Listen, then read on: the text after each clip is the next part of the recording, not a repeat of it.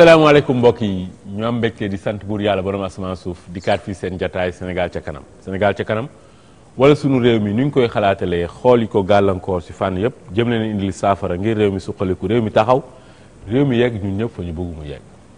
Sénégal réew la moo xam ni buur yàlla borom asamaan suuf da koo beral loxo ndax ñun dara manqué wuñu lépp lu doomu aadama soxla fii ci kaw suuf ngir dundam teey neex baax loolu suñu borom def na ko fi muy ndox di suuf di jant di ay koom yu ne ci biir ndox mi yu ne ci biir suuf si loolu yëpp suñu borom defal nañu ko ñun Sénégal dara manqué wuñu tey bu ñuy lim ci àdduna bi réew yi nga xam ne ñoom ñoo ëpp doole ñoom ñoo gën a taxaw ñun bokkuñu ci lu tax ñun ñu am xéewal yooyu yëpp suñu borom defal ñu am xéewal bi gën a mag ci xéewal yi mooy ay nit yu am xel ba pare suñu réew demul loolu bés bu ne dañuy am gan yoo xam ne dañ fiy dikk ngir yey ci yàbbi tey ñu ngi ci ànd ak docteur Mouhamadou Sow pharmacien la waaye day yëngu ci liggéey nan la ñuy fexee ba mu am ci réew mi ak Jules Ataye moom doomi Côte d'Ivoire la waaye féete fële ca Afrique du Sud di yëngu ci wàllum nit nan lañ koy taxawoo ba mu jëm kanam alors juste un petit résumé Jules je disais tantôt que nous le Sénégal nous sommes un pays béni de Dieu. Nous avons tout pour aller de l'avant. Pourquoi nous avons tout ça et ça ne va pas? Nous sommes bon dernier de la classe dans tous les classements mondiaux. Pourquoi cela? Comment faire pour régler ça? Tous les jours donc nous avons des hôtes qui viennent nous parler de ça et aujourd'hui c'est le docteur Mouhamadou Sow et vous-même Jules Ataye. Jules, bonjour, merci d'être là. Bonjour. Merci beaucoup de me recevoir. Ça fait vraiment plaisir. Merci. Docteur Mouhamadou Sow yow tam ñu ngi lay nuyu la dalal la ziar. maa ngi lay fay di kër gi yëpp. Docteur yow si lan ngay yëngu. waaw man ci ñaari liggéey laay def ba jot sax d'ailleurs benn bi donc pharmacien la donc doon liggéey ci industrie pharmaceutique léegi maa ngi yore pharmacie di jàngale tamit pharmacie à l'université au niveau de l'Institut des sciences du médicament donc di leen jàngal les BPF les BPD garab bu ñu ko defaree ba mu ko yoxee ci pharmacie moom lay jàngal inspecteur en pharmacie de l'UEMOA. di liggéey itam ci wàllu qualité ak productivité maanaam qualiticien la. qualiticien daal mooy li ñuy liggéey wala li ñuy defar wala jumtuwaay nan la ñuy fexe ba mu mucc ayib. nga ëpp na loolu qualiticien mooy jàngal ñiy liggéey nu ñuy liggéey ba nga xam ni seen liggéey day baax ñu wàññi liy yàqu maanaam yokk bi nuñ koy ëppale solo lépp lu ñu naan ci tubaab non conformité parce que saa yoo liggéeyee bu liggéey bi baaxul boo client bëggul rek loolu perte la ci yow. ñun suñu liggéey rek mooy perte yu ndaw yooyu. nu ñu koy minimiser. ñu ngeen woowee ay perte de non qualité. waaw les coûts de non qualité la. coûts de non qualité léegi docteur yow tey la tax a ñëw mooy wàllum liggéey. ñun tey boo jëlee Sénégal ñii toll ci fu ñu war a liggéeyee am atu liggéey. nee nañ boo jëlee téeméer yi. ñaar fukk ak juróom yi amuñu liggéey te loolu mooy li waa direction des statistiques wax mais man wóor na ma ni am ëpp na loolu wax loolu xam nga chiffre officiel yi lu tax ñun tey boo xoolee suñu réew yi ñun lépp lañ soxla tey boo génnee Ndakaaru rek gis nga dootoo gis dara lu tax ñun ñu soxla lépp war a liggéey lépp ba pare liggéey ñàkk liggéey ñàkk loolu nag boo koy xool dafa yaatu ndax koom-koom bi ni mu demee maanaam marché bi entreprise boo ko jëlee marché am yaatuwul te entreprise bala moo dox war a mën a ci lay liggéeykat il faut mu am marché ba nga moo xam ni dina mën a jaay c'est-à-dire bu ko amee kuy jënd muy jaay muy yokk donc ça qui veut dire que donc ay commande am nañuy yokk te su commande bu yokk kon foog nga wut yeneen nit yu ñëw pour mën a yokk production bi donc de ce fait il faut forcément nga jël te boo seetloo Dakar boo ko xoolee wax nga ko léegi entreprise yi am Sénégal pratiquement 90% mi ngi Dakar secteur boobu munti jël dafay saturé naan bu amee saturation maanaam mu ngi ci kon segment de marché bu nekk dafay rétrécir maanaam jënd bi ak jaay bi dootul bari entreprise bu nekk du am croissance du am même visibilité d'ici 3 ans. te loolu dafay tegu léeg-léeg ci wàllum. lu ñuy woowee modèle économique bi ñu am. modèle économique bi ñu am dafa xaw a doy waar. ndax amuñu modèle docteur dañu wax dëgg nag. waaw daanaka amuñu modèle parce que ñun dañuy copier modèle occidentaux yi te ci doy waar mooy sax bokkuñu structure de base. ñun copié wuñu ñoom dañuy ñëw imposer ñu ne lii ngeen di def. waaw mais jàpp naa ne am nañu indépendance te suñuy politique économique suñuy choix la. non mais docteur. même bu ñuy imposer mais dama ne am na foo xam ne au moins am nañ foo xam moo ko mun a waxal suñu bopp ndax bu ñuy wax PSE bi ñuy wax fi ñu toll nii PSE bi en partie mais loo xam ne la ay Sénégalais ko bind après ñu jël benn cabinet à l'extérieur mu ñëw def le peaufinement mais derrière c'est des Sénégalais nga xam ñoo ko bind. waaw mais man dama jàpp ne que si wàllu koom. nit mënul dem. te amul modèle boo xam ne dafa méngoo ak moom mooy kan lan la am. ak moom fan la war a dem. loolu amul rek. keroog ministre de l'économie man interpellé naa ko nee naa ko monsieur le ministre lan mooy suñu modèle économique ba léegi tontu. loolu amul werante mais Tounkara boo ko seetloo ñuy jiite ñëpp aussi nee naa la ñuy copier ñële li ñu xalaat. def ko ensuite lu gën a gaaw def copier coller. da ngay def erreur yu bari. dëgg la parce que mbir yi méngoowul du même environnement yi du même nit ñi du même léegi yow docteur sa nga jor moom lu mu doon. li ñu doon mooy xëyu ndaw ñi am diplôme.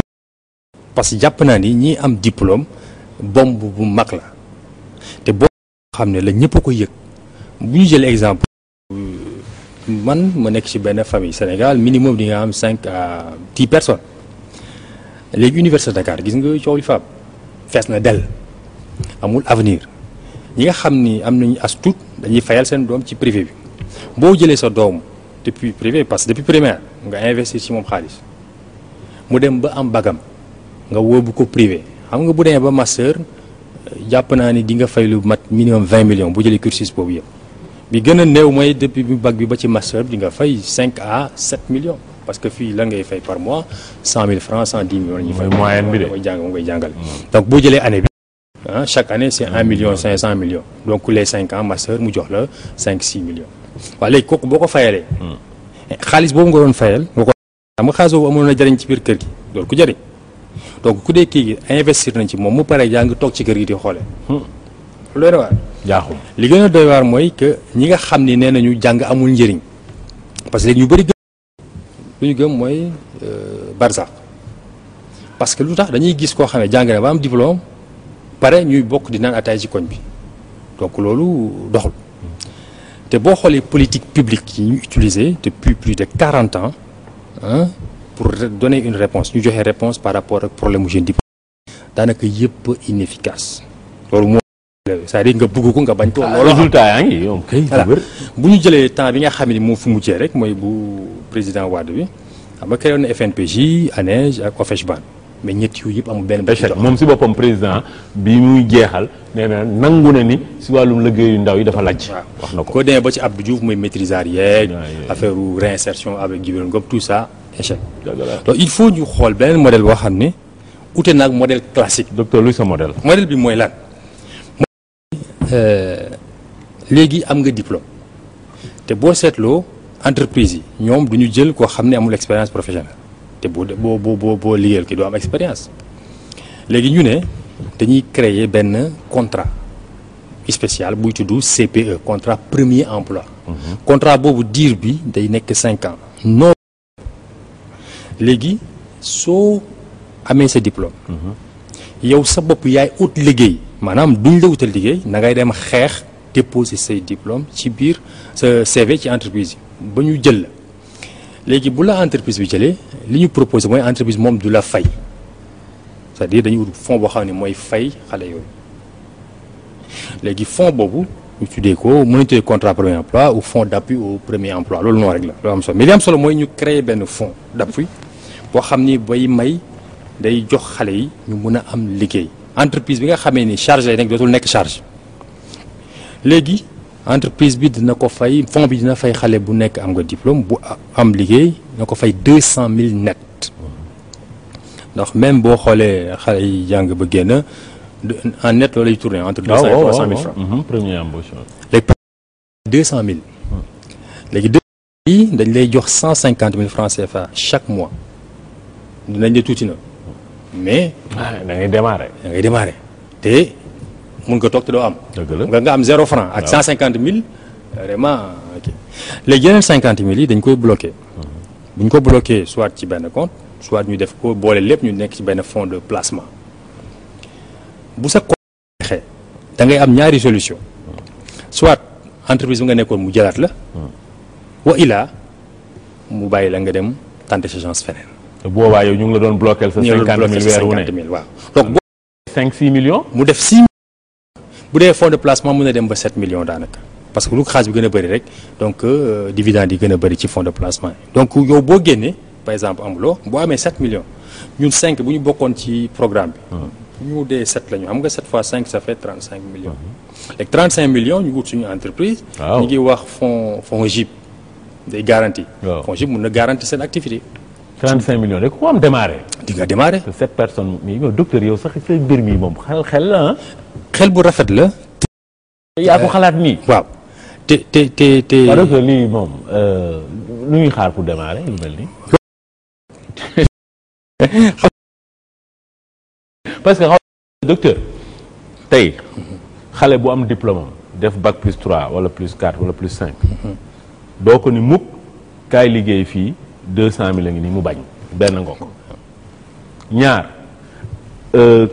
kaay bi entreprise bi su xamee ni amul charge si liggéeykat bi mais loolu da koy ci saa si parce que tey am na entreprise yu bëri yoo xam ni main d'œuvre mais dañuy ragal charge yi nga xam ni charge salariale yi entreprise yëpp ko ragal si àdduna bi donc tey di nga ki am liggéey dina ki ut liggéey dina am liggéey ba pare entreprise yi moom ne la kaayu marax ba docteur c'est docteur nañ ñëw léegi nag nga wax ñu loolu mise en œuvre bi nag lu muy xaar amul problème waaw mise en œuvre bi ñi ngi ko ci lan mooy que ci volonté président rek la des ndax dama lay wax dara boo jëlee fonds bi c'est-à-dire que financement bi man dama ko bindee dama ne am na plusieurs façons de financer boo jëlee 20 000 emplois day nekk 48 milliards 48 milliards bari na bariwul léegi lu ñuy def par exemple su ma nee financement premier financement bu njëkk bi nga xam mën nañu ko xalaat xam nga boo seetlu 2005 dafa am lu ñu naan réduction sur l'impôt sur les sociétés réduction boobu man dama jàpp ne xaalis bi ñu doon may chef d'entreprise ak dëgg la parce que lu ma xam nga man dama nekkoon ci benn 33% ñëw ba léegi 25%. dama nekkoon ci benn multinationale la nekkoon man cadre laa woon foofu mais dama seetlu chaque année def naa fa 3 ans li ñuy jël ma dóob 4 personnes. ñoom duñ jël kenn. au même moment ñoom seen bopp facilitation yi ñu am. c'est des milliards. dinañ ñëwaat loolu seul alors Gilles il dit vraiment quelque chose de très très intéressant et on va passer à la phase mise en œuvre tout à l'heure. Alors Gilles Attaï vous êtes expert en leadership et en transformation de personnes, c'est ça? On va le dire comme ça? On peut dire ça comme ça. Oui. Alors c'est quoi votre background pour faire ça? Alors avant de venir sur mon background, peut-être rebondir, mon Wolof n'est pas très bon, mais j'ai pu comprendre que les environnements changeant, il faut de nouvelles solutions. Eh bien, on va partir de là pour expliquer ce que je fais. Moi, mon background, j'ai travaillé pendant 22 années dans les entreprises multinationales. Je ne vais pas s'y citer, mais j'ai travaillé en Afrique et en Europe, une position assez importante. Et puis, il y a 7 ans, j'ai décidé de m'installer à Johannesburg, en Afrique du Sud, où j'ai ouvert puis un deuxième cabinet. Et nous occupons de 3 choses, dont notamment de leadership, de transformation. Aujourd'hui, nous avons compris, et c'est ce que nous faisons, et je pourrais vous parler donc de solutions concrètes, pragmatiques tout à l'heure. Nous avons compris qu'en amont de toute solution de développement, que ce soit pour l'éducation, pour la santé, pour l'infrastructure, il faut des hommes nouveaux. Il faut une conscience nouvelle. Il faut opérer dans des paradigmes nouveaux. Parce que les paradigmes que nous avons actuellement sont des paradigmes soit faux, soit tronqués, qui ne comprennent pas la réalité d'aujourd'hui. Dépassés. Totalement dépassés. Et on ne peut plus faire avec du réchauffé pour le nouveau. Donc voilà, donc aujourd'hui nous enseignons, c'est un peu technique, mais c'est quelque chose que nous mettons à la portée de beaucoup de personnes. Alors, Gilles, qui donnent le résultat. La question qu'on a envie de vous poser, c'est aujourd'hui nous les Africains, nous sommes très riches, nous avons tout, c'est vraiment un continent regorge de richesses, mais ça ne va pas. Bon, vous avez dit que les paradigmes sont faux, les paradigmes sont tronqués, dépassés. Bon, on peut comprendre ça. Ceci peut expliquer cela. Maintenant, quels sont les nouveaux paradigmes dont nous avons besoin pour y aller? Alors, peut-être un peu du travail que nous faisons pour Une des choses que nous avons faites, c'est que nous avons voyagé dans 23 pays. Alors, peut-être, il faut le dire, notre cabinet travaille aujourd'hui sur 25 pays en Afrique. Donc, je peux le dire avec beaucoup de fierté. Nous avons travaillé sur 25 pays en Afrique à vouloir comprendre ce que nous voyons en quelqu'un et qui motive l'engagement, qui motive la volonté de travailler plus, mieux, avec plus de discipline. Et nous avons trouvé ce que nous recherchons en quelqu'un et qui donne l'excellence. Donc ce que nous faisons aujourd'hui, c'est que nous exprimons, nous expliquons aux personnes comment obtenir la qualité pour pouvoir y arriver. Je peux vous donner 2-3 choses. Peut-être aujourd'hui, nous apprenons aux personnes à comment développer une vraie vision qui marche non seulement pour elles, mais également pour les autres. Parce qu'un des problèmes que nous avons, c'est qu'aujourd'hui, les personnes ne regardent qu'à leur petite aire d'influence. Et quand on parle de leadership, peut-être on va le définir, c'est juste d'utiliser son aire d'influence pour que chaque personne qui y entre ait envie de progresser. Un leader, on suit. Mais on suit pourquoi? Parce qu'en lui, il y a quelque chose qui vous attire, qui vous inspire, qui vous motive, qui décuple l'énergie et qui, à son contact, vous serez en mesure de faire plus que ce que vous aurez fait sans cette personne. Et nous faisons aujourd'hui. Mais cela veut dire qu'en Afrique, nous n'avons jamais eu de leader comme ça? Ah si, et tout est basé sur l'expérience vécue par aujourd'hui 5 Africains. Que nous avons n'ont pas amené le développement. Mais parce que c'est que le leader, ce n'est pas une position. Voilà. Le leadership n'est pas une question qui soit réservée uniquement aux dirigeants. Et c'est là qu'on se trompe fondamentalement. Et c'est là qu'il faut que nous changeons nos paradigmes. Vous, père de famille, nous sommes leaders dans nos familles. Les gens, moi, j'ai envie de ressembler à mon père. J'ai envie de ressembler à mon frère. Mais dans la cellule familiale, nous voyons les choses. Laissons nos chefs. Donc, il faut que l'on mette un peu. Voilà. Mais un peu la pression. On les a votés pour qu'ils nous amènent plus aujourd'hui. Mais il ne faut pas simplement compter sur eux. Le dialogue a 3 parties. Il y a l'administration, c'est ce qu'ils sont. Il y a le secteur privé, les investisseurs. Et puis il y a la société civile. Donc, nous faisons partie. Docteur, vous en faites partie. Vous êtes père de famille, vous êtes le fils de quelqu'un. Oui, mais Gilles, ça c'est important. Alors, quand vous avez un cabinet, vous intervenez, vous faites payer. Cela veut dire que vous travaillez surtout avec le secteur privé et non avec le gouvernement et la société civile. Je dois l'avouer, 90% de notre base clientèle est fortement privée. Parce que ces personnes ont compris qu'en travaillant sur l'homme, on pouvait obtenir des résultats extraordinaires. Depuis longtemps, les firmes multinationales. Absolument. Donc, vous, si vous travaillez avec elles, ces grandes firmes-là, vous allez encore avoir un portefeuille beaucoup plus élargi et puis un chiffre d'affaires. Mais maintenant, quel impact pour nous, d'un point de vue gouvernemental et du point de vue de la population? Alors, je crois que l'occasion que vous me donnez ici, Tunkara, c'est d'abord de pouvoir parler et que nous espérons que 2-3 personnes nous voient et disent « Venez également nous donner un coup de main ». Ça peut être la première chose que nous faisons. Mais la vérité aujourd'hui, notre portefeuille clientèle s'est agrandi déjà avec des institutions panafricaines. Aujourd'hui déjà, nous sommes rentrés dans l'administration panafricaine. L'Union africaine, l'Union africaine, c'est des machins qui souvent pas... Malheureusement. Et toute cette culture de la performance doit arriver dans l'administration. Alors, moi, Gilles, je ne le cache pas. Moi, ce qui m'intéresse vraiment, ce que vous faites est très, très important. Mais comment faire pour que cela arrive chez l'Africain lambda, le Sénégalais lambda, l'Ivoirien lambda? Là, vous allez nous donner vos solutions tout de suite quand on reviendra. D'accord. mbokk yi ni koy faral defee dañuy jël benn bataaxal jébal ko benn kilifa di ko woo si benn taxawaay tey suñu bataaxal ñu ko jébal président Macky Sall ndax dafa am lu xew ci réew mi lu xaw a doy waar mu mel ni ñun bàyyiwuñu si bu baax xel.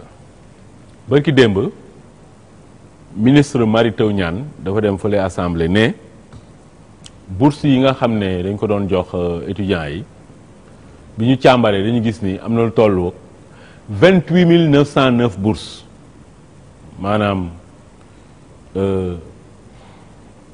ñeenti junni ak juróom-ñetti téeméer ak juróom-ñeent fukk ak ñeent si ay bourses yoo xam ne dañ koy dakkal li tax ñu koy dakkal mooy am na ñoo xam ne ñu ngi ko doon jot te waruñu ko woon jot maanaam daal am na ñu fexe ba njuuj njaaj ñu leen di fay bourse te waruñu cee jot loolu at mu ne ñun nguur gi daan na si def 10 milliards fukki milliards yoo xam ni naaw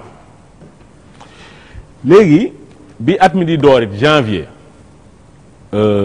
ministre bi nga xam ne moom moo yor wàllum fonction publique nee na dañuy càmbar xool ni que ñun suñu administration bi ni muy doxee gouvernement bi am na 2,000 nit ak juróom-ñetti téeméer ak juróom-ñaar fukk ak ñett yoo xam ne ñu ngi fayeeku te waruñu fayeeku ñii dee nañ ñii ñu ngi bitim réew ñii bi ñu demee càmbar gis ni Doudou Mbaye mii di fayeeku fii ci ministère bi bokk fi kenn xamu ko loolu it at mu ne 2 milliards lay soon def maanaam daal ci gàttal ñun loolu boo ko jëlee fukki milliards at mu ne ci ay bourses yoo xam ne ay nit a nga ko jot te waruñu ko jot boo ko jëlee ci fukki at loolu muy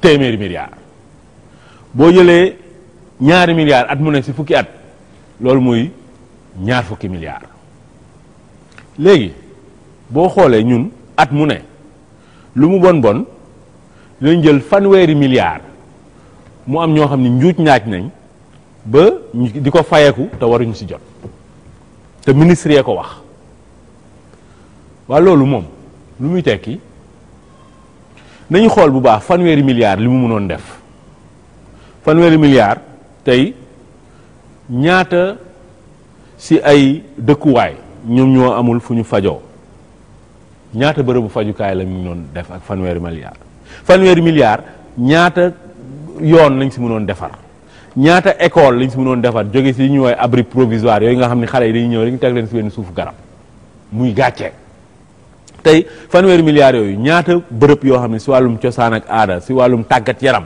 mënoon leen ci jàppandal waa léegi président ndax loolu am nañu njuuj njaaj 1,000 milliards ci at mi ñu teg ci bët waa loolu ana ñan ñoo ko def xaalis boobu ci poste ñan la dem ak ana ñan ñoo ñi nga xam ni ci administration xamoon nañ ni loolu mi ngi am ñu ne muut di ko seetaan te yow nag président yow sa warugal la tey su fekkee ne que lii xew nii tubaab yi li ñuy woowee braquage de banque maanaam nga ñëw fekk banque bi jël sa fetal teg ko caissier bi ni ko jox ma xaalis bi wala nga fexe ba ubbi coffre banque bi jël yóbbu ñu ko woowee braquage lii suñu état ci boppam la ñu braqué ba pare nit ñi li tubaab bi wax dépouillé maanaam as néew gi ñu am ñun ci koppar moo am ay ñoo xam ne ñu njublan ñëw nañ jël ko roppeet yóbbu waaw président ndax loolu yow da nga koy seetaan yow yaa waatoon ci kanamu yàlla ak kanamu mbooleemu Sénégal yëpp 2 avril 2012 nga waat nga kuy jiite Sénégal da ngay waat ci kanamu yàlla ak kanamu mbooleemu Sénégal yëpp ne yow di nga fexe ba lépp loo xam ne moom mooy warugalu président de la République nga taxaw ci te warugal bi njëkk mooy bu ñuy sàcc suñu alal ñu ñëpp di ci teg bët yow càcc googu da nga war a fexe mu dakk war a fexe ñu xam kan moo ko def su ko defee ñu teg jaan yi war ci moom ba pare nga fexe ba loolu bañ tee am ba abadan ku waat ci kanamu yàlla nag ak waat ci kanamu doomu aadama yëpp am na lu tegu sa ndodd loo xam ne suñu borom na la ko laaj te ñu nit nañ la ko laaj. mbokk yi tey suñu jotaay Sénégal ca kanam ñu ngi si ànd ak Jules Attaï moom doomi Côte d'Ivoire la waaye ba nga féete fële sa Johannesburg c'est Afrique du Sud di yëngatu si wàllu li tubaab bi woowe leadership maanaam daal kenn ku nekk nan ngay amee taxawaay boo xam ni ñeneen ñi da nga leen di influencer maanaam dañ lay topp ngir jëm kanam ànd tamit ak docteur Mouhamadou Sow docteur am xalaat si nan la ñuy fexee ba liggéey jàppani si réew mi te xalaatu docteur day xalaat bu rafet ndax moom nee na dañuy fexe rek ba képp koo xam ne am nga diplôme docteur nag ñi muy waxal mooy ñi jàng ba am diplôme boo amee diplôme yow dañuy fexe ba dugal la si benn bërëbu liggéeyukaay su ko defee bërëbu liggéeyukaay boobu du la fay dañuy teg benn fond boo xam ni fond bi moom moo lay fay lu mu bon bon ñeent fukki junni weer wu ne waaye nag yow fanweeri junni yi rek lañ lay jox fukki junni yi ñu denc ko ba sa contrat boobu ñu la defal juróomi at la soo paree imma nga continuer liggéey foofu wala nga dem liggéey feneen waaye daal yow sa juróom benn million lu mu bon bon fexe nga ba dajale ko waaw docteur lu mel noonu di xalaat parce que li Gilles doon wax léegi changer ay paradigme changer doxalin soppi parce que li ngay def yow su fekkee jurul la ngañaay boobu ba léegi mais da nga ko war a soppi léegi nag yow li nga wax nii coppite la bu mag boo xam ne lu wérte woo dafa indi liggéey waa docteur lu ñuy xaar loolu fi mu toll yow jokkoo nga si ak sunu kilifa yi. waaw. ko si jokkool président de la République jokkoo nga. ñi ko jege ak ay ministre am. ñoom lu ñu si wax. rafetlu ko bu baax. waaw léegi lan la ñuy xaar ñooy. am na ministre boo xam dafa ma waxoon moom li ko ci jaaxal mooy enveloppe bi dafa bari. mais docteur xam nga loolu pour lan mu nekk lay. benn bari moom soo koy wax. léeg-léeg da nga tuuti bët ndax loolu mënul bëri si ñun suñu ay ndaw am liggéey xam nga loolu moo gën foofu ndaw yi di dem ay barsaak benn ñaar mais docteur lu mu bon tey mun na benn phase pilote kon dafa bëri loolu lay la te c'est que boo ko xoolee mooy gàtt gis-gis bu gàtt la ndax ministre en général ñoom bu ñuy xool dañuy bëgg mu nekk seen benn ministère xam nga 48 milliards xajul peut-être ci ministre de l'emploi donc day nekk ci loo xam ne peut-être président wala primature lay nekk mais ñoom dañuy bëgg mu bokk ci seen prérogative. maa ngi xalaat mais lii mooy képp ko am diplôme yow garantil nañ la liggéey. garantil nañ liggéey c'est extraordinaire et te li gën a am solo ci loolu mooy que daf ci loo xam ni politiciens yi mënuñ ci dara ndax amuñu benn contrôle ci fond bi ndax entreprise bi mooy jël li yow yaa ut sa liggéey ñu jël la entreprise bi ñu koy fay. waaw yow nga jëriñ entreprise jëriñ sa bopp jëriñ sa njaboot. wër waaw. léegi ci mise en œuvre bi entreprise yi ñuy nangu tamit ñu bokk ci day nekk entreprise yoo xam ne ñu nekk en règle des entreprises citoyennes nga xam ne du ñu am bor. mais loolu docteur pour man foofu du problème. voilà maintenant deuxième mais pour ma wax la pour que le président parce que moom mooy jël décision wala le ministre mais boo jëlee fonds bi moo jël ci financement bi moom laa doon wax léegi bëri na façon bu ñu ko mën a financer soit sur le budget parce que 48 milliards sur 2 milliards du dara te budget en plus mooy lan mooy dañ la jox président ñu la fal budget instrument la pour nga faj ci ñu soxla. bien sûr soxla Sénégal bi fi gën a rëy fi ñu toll nii mooy liggéey. lu wër nga wax. waaw mais gis nga docteur kaay ma wax la gis nga tey loolu am na ñoo xam ne sooy ñun suñu ay partenaires bitim réew. ay arabe ay chinois ay indien nang bu ñu ñëw ne leen benn programme a ngi nii boo xam ne dañu soxla 50 milliards pour suñu jeune diplômé am liggéey dañ la koy jox lebal la ko loolu du dara. loolu du dara. te ñun li ñu garanté loolu yomb nañu. trop. léegi docteur. yow sa message lan la est-ce que du. ñi nga xam ne tey bon docteur tey loolu buñ ko waroon teg. kan mooy ñëw rek ne na dem mu dem président. président de la République moom mooy naan. yow président bind nga ko. bind naa ko leet am na benn tontu ma. ministre d'État bu ko jegee ma jox ko plan bi avec tous les détails qu'il faut mu rafetlu ko ba ne ma lii dina ko yeggee joxoon na ko directeur de cabinet mais foofu daal la ne ma yeggee directeur de cabinet li ci des nag moom diggante ak président la. yow directeur de cabinet jotoo ko. jotuma ko. waaw jéem ko woo Matar Cissé ba xam. avant kooku la woon ba xam nga da ngay dem ba tay avant kooku kii Abdoulaye Sall. non du woon Abdoul Aziz Sall avant Abdoul Aziz Sall kan la woonati sax. Matar Cissé Abdoul Aziz Sall moo remplacé avant Abdoul Aziz Sall. ku fa ne woonati du Mor Ngom. Mor Ngom ne woon na fa. en tout cas d'ici période 2012 bii la woon août 2012 ma jox leen programme bi yëpp ba nga xam ne application bi dañuy changer su dee président dafa ne. léegi programme bi ci budget bi lañu koy dugal. loolu yomb na. donc c'est très facile. bu nee budget bi dafa sonn donc mënuñu ko am ba nag am na beneen pexe bi am mooy impôt bi ñu joxoon patron yi. 2008 20 milliards la woon. 2010 35 milliards 2014 mi ngi ci plus de 50 milliards donc faj na soxla bi. wër bu dee boobu doxul ma leen nañ jël beneen boo xam ne nañu solliciter sénégalais maanaam mooy lan. mooy ñun ñëpp ki nga xam ne am na oto xam nga ko am oto rek. yàlla baax na as tuut. dëgg la donc ma ne kon nañu jël kuy dem fay visite technique am ñu ne lañ lay demander benn redevance 5000 francs. 5000 francs da nga koy teg pour liggéeyu sa rakk wala sa keneen ak keneen. da nga koy joxe. voilà loolu buñ ko xaymaa. nekk na docteur li financé ko du yomb la. waaw docteur sa message lan la. sama message mooy que nañu bàyyi wax ju bari yi nga xamee ni amul njëriñ li am solo mooy. bu ñu xamee ni lii gis nañ solution bu efficace ñu appliquer ko njëriñ ñëw Sénégal am yokkute. docteur gis nga président Macky Sall man li ñu koy wax moom dafa ñëw dikk ne at mu ne dina def téeméeri junni liggéey mais li doy waar mooy ñu mel ni yow ñu mel ni ñeneen dañuy ñëw ne mais solution yaa ngi nii man sama bos a ngi nii mais boobu ba léegi président tamit dafa yënguwul man daal président jaaxal na ma parce que tamit affaire liggéeyu ndaw yi man keroog bind naa ko président nee naa ko président li dal président Wade mu bàyyi ba mandat am jeex mu ne dafa lajj si wàllu liggéeyu ndaw yi yow loolu waru la dal te diggoon nga ñu ne téeméeri junni emploi at mu ne boobu ba léegi defoo ko na nga fexe nag xar sa tànk tubéy ba Wade bu mu la dalaat yow tamit Gilles. Non mais sa solution est très originale, oui, vraiment changement de paradigme. Absolument. Pour que bon maintenant aujourd'hui tous les aient un emploi dès qu'ils sortent. Absolument. Et ça je pense c'est extraordinaire. Vous Gilles, le topo ça va être quoi? Est-ce que nous les Africains nous avons tous les outils aujourd'hui de leadership qu'il faut pour transformer le continent? Oui. Je n'ai même pas besoin d'entendre la fin de la question. Je vous réponds oui. Nous avons tout ce qu'il faut. Il faut simplement maintenant que nous mettions en œuvre les quelques solutions que je vais vous proposer tout de suite. Alors, d'abord, il est bien de savoir que nous évoluons dans deux mondes. Nous venons de l'Afrique avec toutes les valeurs ancestrales que nous avons, la sagesse, le travail. Nous sommes des travailleurs. Absolument. Le travail, le respect de l'autre, ces choses sont importantes.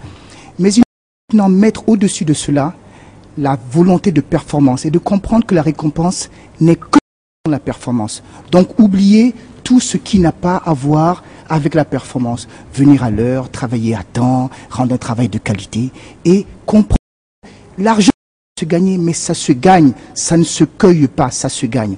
Aujourd'hui, nous avons beaucoup de crise morale. Et une des choses que je voudrais vraiment, c'est que l'on revoie même nos curricula scolaires. Il y a beaucoup de choses que nous ne faisons plus. Il y a beaucoup de choses que nous n'apprenons plus. Vous savez, j'étais il y a 3 jours dans une autre capitale, à la banque. Et il y avait devant moi une femme, il y avait devant moi une femme enceinte qui voulait passer 2-3 personnes pour être vite servie. Je ne sais pas pour tout le monde, mais moi je suis né d'une femme. Hein, je ne peux pas dire pour tout le monde, mais moi c'est une femme qui m'a mis au monde. Et je pense que tout le monde c'est comme ça. Cette femme s'est vue refuser l'accès devant par 3 hommes plus forts que moi. Il a fallu que nous intervenions pour leur demander ceci. Ici en Afrique. Ah, ici en Afrique. Il y a quel pays? Non, je ne dirais pas parce que c'est un pays que j'aime beaucoup. Mais voyez. Aussi. Oui. Mais dans ces pays-là également, il faut que nous revenions à des choses fondamentales. L'argent n'est pas tout dans la vie, mais l'argent, ça se gagne. Il faut que comme nous reprenions. Donc vous, votre première solution, c'est qu'il nous faut être des Africains authentiques dans nos valeurs, mais être ouverts aussi à tout ce qui est orienté performance, qualité. C'est la seule solution, en fait. C'est ça la stratégie. Alors, quelles actions techniques?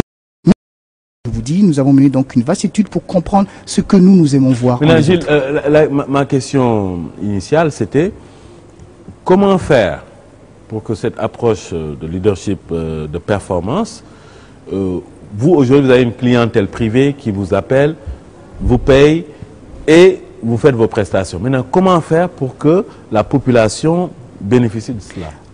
Je suis à Dakar ici et je suis très je viens de pouvoir trouver l'occasion de souvent même à des étudiants. Je suis les étudiants et je parle avec les étudiants. Et ceci n'est pas payant, bien évidemment. Mais est-ce que le cabinet, vous prenez l'initiative d'aller voilà, à Dakar, à Abidjan. Je serai à Abidjan le mois de février pour l'anniversaire de l'AIESEC. Tout le monde connaît l'AIESEC. Ben voilà, nous parlons pas de quelle qualité de jeunesse soit véritablement émergente. Parce que vous, les experts internationaux là, qui intervenaient dans plusieurs pays, oui. Je pense qu'il vous faut intégrer la notion de gratuité, la notion je veux dire, de travail social aussi. Tunkara, je suis fier, mais je suis fier que je le fais. Je suis fier et je ne dois pas... Je suis fier de savoir que je travaille gratuitement quand il le faut. Le privé qui m'utilise, mais... Pour tous ces forums, pour toutes ces conférences, je paye moi-même mon billet, je viens, je m'exprime et je travaille même la logistique locale pour que boissons, lieux soient offerts, pour que les gens entendent. Je le fais véritablement. Est-ce que aujourd'hui les gouvernements peuvent bénéficier de vos prestations gratuitement? Oh non, peut-être pas gratuitement. Je serai honnête, peut-être pas gratuitement, parce qu'ils ont des budgets pour cela. Aujourd'hui, je sais que... Ça pourrait commencer comme ça, on dit, bon, voilà, Sénégal, nous sommes prêts. Ok, je prends le pari, c'est bon, c'est fait. Je suis prêt. Non, non, ça c'est bon, je le dis en direct. C'est bon. Je n'ai même pas payé. Très bien. Alors ça... Je le fais. Parce que de toute façon, ça va pas être gratuit. Une fois, on va finir par récupérer ça quelque part, hein, parce que ça fait partie d'un portefeuille. Très important. La responsabilité sociale, c'est très important. Alors, un message au président de la République, hein, s'il nous écoute. Alors, aujourd'hui, un expert qui est de chez nous, Gilles Attaï, africain, ivoirien, qui est là-bas à Johannesburg, et qui officie dans le leadership transformationnel. Alors, il est prêt à venir aider le Sénégal gratuitement, le gouvernement du Sénégal, à le faire bénéficier de ses prestations gratuitement. Donc, il ne reste qu'à vous de le contacter et de tirer profit de... Je confirme. Votre message, c'est quoi, Gilles? Alors, mon message, c'est que je suis un afro-optimiste. Moi, j'ai vraiment confiance en ce continent. Quand je regarde à la jeunesse que nous avons, quand je regarde à l'imagination, regardez, je vais vous donner un exemple qui est peut-être triste, mais qui dit tout. Vous voyez les embarcations légères qui essaient d'affronter la Méditerranée. Vous imaginez la qualité des personnes qui montent dans ces barques quand elles ne savent pas nager? Le potentiel humain qui est là. Eh bien, transformons ce potentiel humain pour le développement. Ce n'est pas une compilation de rations macroéconomie. C'est la volonté de changer la qualité de vie de nos gens. Et il y a des solutions pour la santé, pour l'éducation, pour l'infrastructure, pour la sécurité. Acceptons d'écouter les... C'est pour... Il y a des solutions. Et merci Tunkara d'avoir sorti cela de moi. Je suis content, je terminerai bien mon de cette manière-là. Je serai content de revenir ici et de travailler gratuitement, je le dis, G-R-A-T-U-I-T-E-M-E-N-T pour le pays. Merci beaucoup.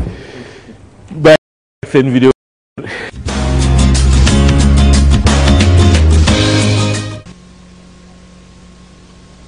Good evening and welcome to the final part of our interview with one of the leading international scholars in the fields of anthropology and Egyptology, Dr. Sheikh Anta Diop. Dr. Diop, a nuclear physicist, is director of the Radiocarbon Laboratory. Diop discusses a scheme designed to, well, let's take a look. This is a picture of the Piltdown Man, and it is to demonstrate to you the lengths to which certain anthropologists have gone to establish their theories. The Piltdown Man was created by a British anthropologist in 1920 by the name of Downson. C'est un géologue. A geologist, I'm sorry. He was a geologist, Mr. Downson. Il a fabriqué de toutes pièces ce fossile qui est faux. He fabricated by piece this. Il l'a enfoui dans les sables du Sussex en Angleterre. He dug in the dirt in Sussex in England. Yeah. Vous voyez bien, regardez bien, vous verrez qu'il a le front haut comme un homme moderne. Il est comme nous, il a les yeux et un grand front. Like modern man, he has eyes and he has the forehead as modern man does. Mais vous voyez, regardez sa mâchoire. Sa mâchoire est une mâchoire de singe, d'orang-outan, avec les deux canines. Regardez les deux canines, c'est une mâchoire de singe. You can see that his mandible, I think it's called, yes, is that of a monkey. Yes. And his canines, yes, are that of a monkey. C'est en 1900, et justement, cet homme, ce spécimen, qui est un faux, avait donné naissance, dans le domaine de l'anthropologie physique, à la théorie des pré-sapiens. C'était pour démontrer que l'Homo sapiens est né en Angleterre. mbokk yi tey suñu taxaw seetlu ñu ngi si ànd ak monsieur le maire Ibra Gueye moom maire la fële ca adjoint au maire fële ca Pikine Est yorit commission finance bu association des bijoutiers du Sénégal maanaam daal kuréel gi nga xam ni moom moo ëmb tëgg yi fii ci réew mi monsieur le maire ñu ngi lay nuyu la ziar. waaw auzu billaahi mina seytaani rajiim bismillaahi rahmaani rahiim gannaaw bi ñu sante yàlla di julli ci yonante bi sallallaahu alayhi wa sallam monsieur Tunkara ñu ngi lay nuyu di la sant di la gërëm di kontaan ci yow. waa Pikine Est yëpp ak waa Icotaf ak waa tali bu mag tali bu bees ak daagu daan ñoo ñëpp ñu ngi leen di nuyu di leen delloo njukkal sama wóolare ñoom Daouda Gueye ak ñoom Souadou Diop mais monsieur le maire fi mu toll nii wàllum artisanat dañ see Sénégal daal jamono yi dañ ciy wax. président gis nañ ko keroog. mu dem fële le 22 Ngaye Mékhé. journée nationale de l'artisanat ak yooyu moom si boppam ne waaw nañuy sol li ñuy defar ak yooyu. yéen ban jàngat ngeen fi am. waaw jàngat biñ ci am monsieur Tounkara bu may dugg ci waxtaan bi président mi nga tudd noonu dama koy remercier bu baax di ko sant di ko gërëm di ko remercier liggéeyam rek la def soxla ñu ko ci remercier. waaw non dafa am lu tax dama lay wax li tax ma di ko remercier ndaxte boo fàttalikoo bi muy def le 3 avril discours de la nation ñun les bijoutiers daf ñu interpeller ci discours am vraiment li artisanat di ree yëpp mu seppi ñu tudd ñu wax suñu xarañ wax suñu lépp. ne nag dama bëgg vraiment or bi nga xamante ni mooy génn ñu am ci quota boo xamante ni dañ koy réserver pour la bijouterie sénégalaise. loolu fu mu toll. ñu ngi ci parce que actuellement fi may waxee yow ab jot nañu arrêté ministériel bi jot nañ ko. waaye mbir mi daal kenn jëmalagu. non demagul kanam maanaam dañu war a accélérer la cadence pour mu gaaw. parce que loolu moytu koo wax de ndax ñi ko fi doon wax. gis nga defuñu fi dara te dem nañ. non mais ñun pour suñu comptoir mën a taxaw. Sénégal or xam nga lii gàcce la. waaw amu ko. tey jii boo yoree xaalis xamoo foo jëm. nekkuñu ci benn sécurité. waaw parce que tey jii boo jëndee ci beneen marché bu amee recel nga am problème. waaw te nga du si ñàkk. voilà te lu rëy ñun li ñu demandé mooy nañu am comptoir d'achat or boo xamante ni ku yor sa xaalis da nga waaxu dem jënd ci. ñu mais tamit Ibra foofu tamit. man waxoon naa ko fii ñoom Moussa Niang yooyu. waaw nee man ànduma si. tëgg yi.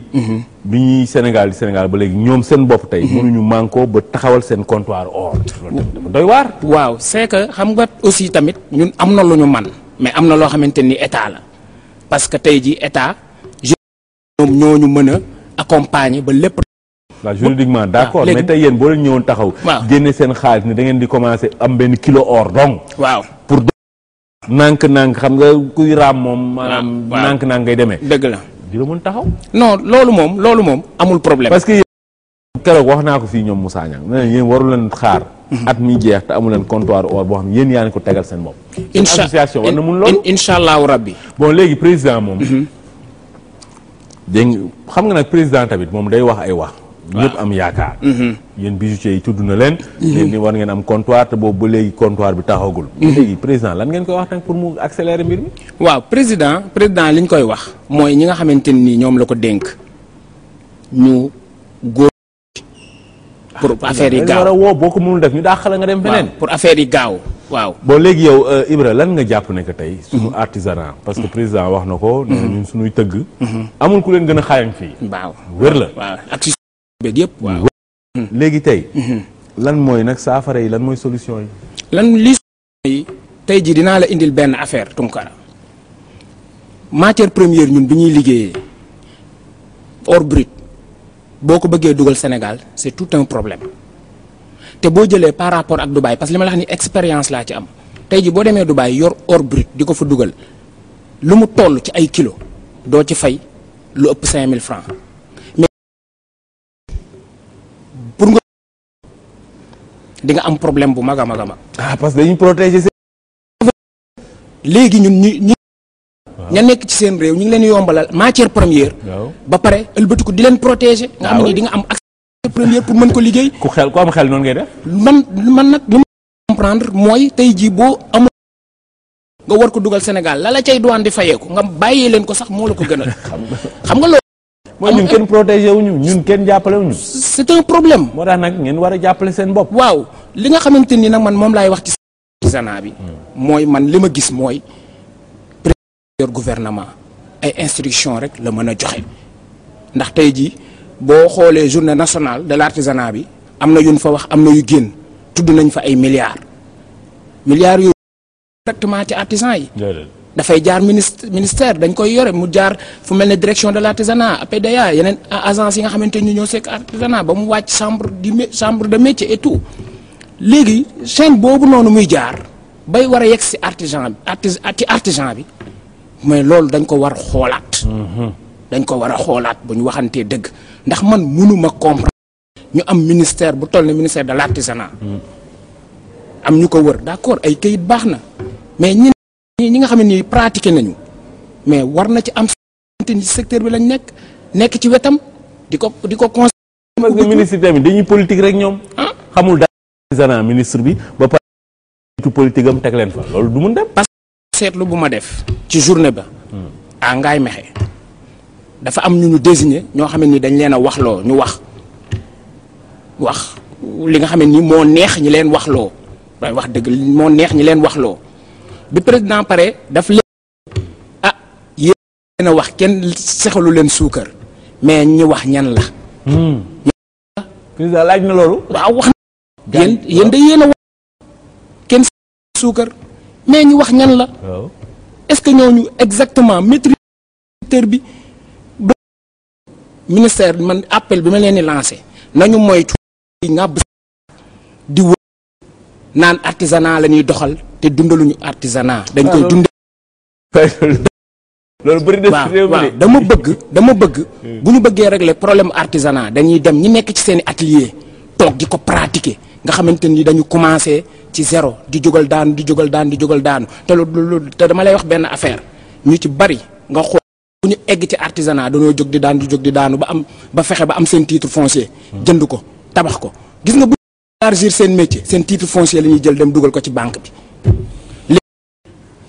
fonds dotation yi fi nekk agence yi fi nekk war ñu financer ñooñu anañu. ñu kay ne wax la rek mais léegi yow donc daal sa solution moom mooy loolu ban message nga am pour ñi nga xam ne ñi ngi ci métier bi ñi ngi ci secteur bi ak kilifa yi.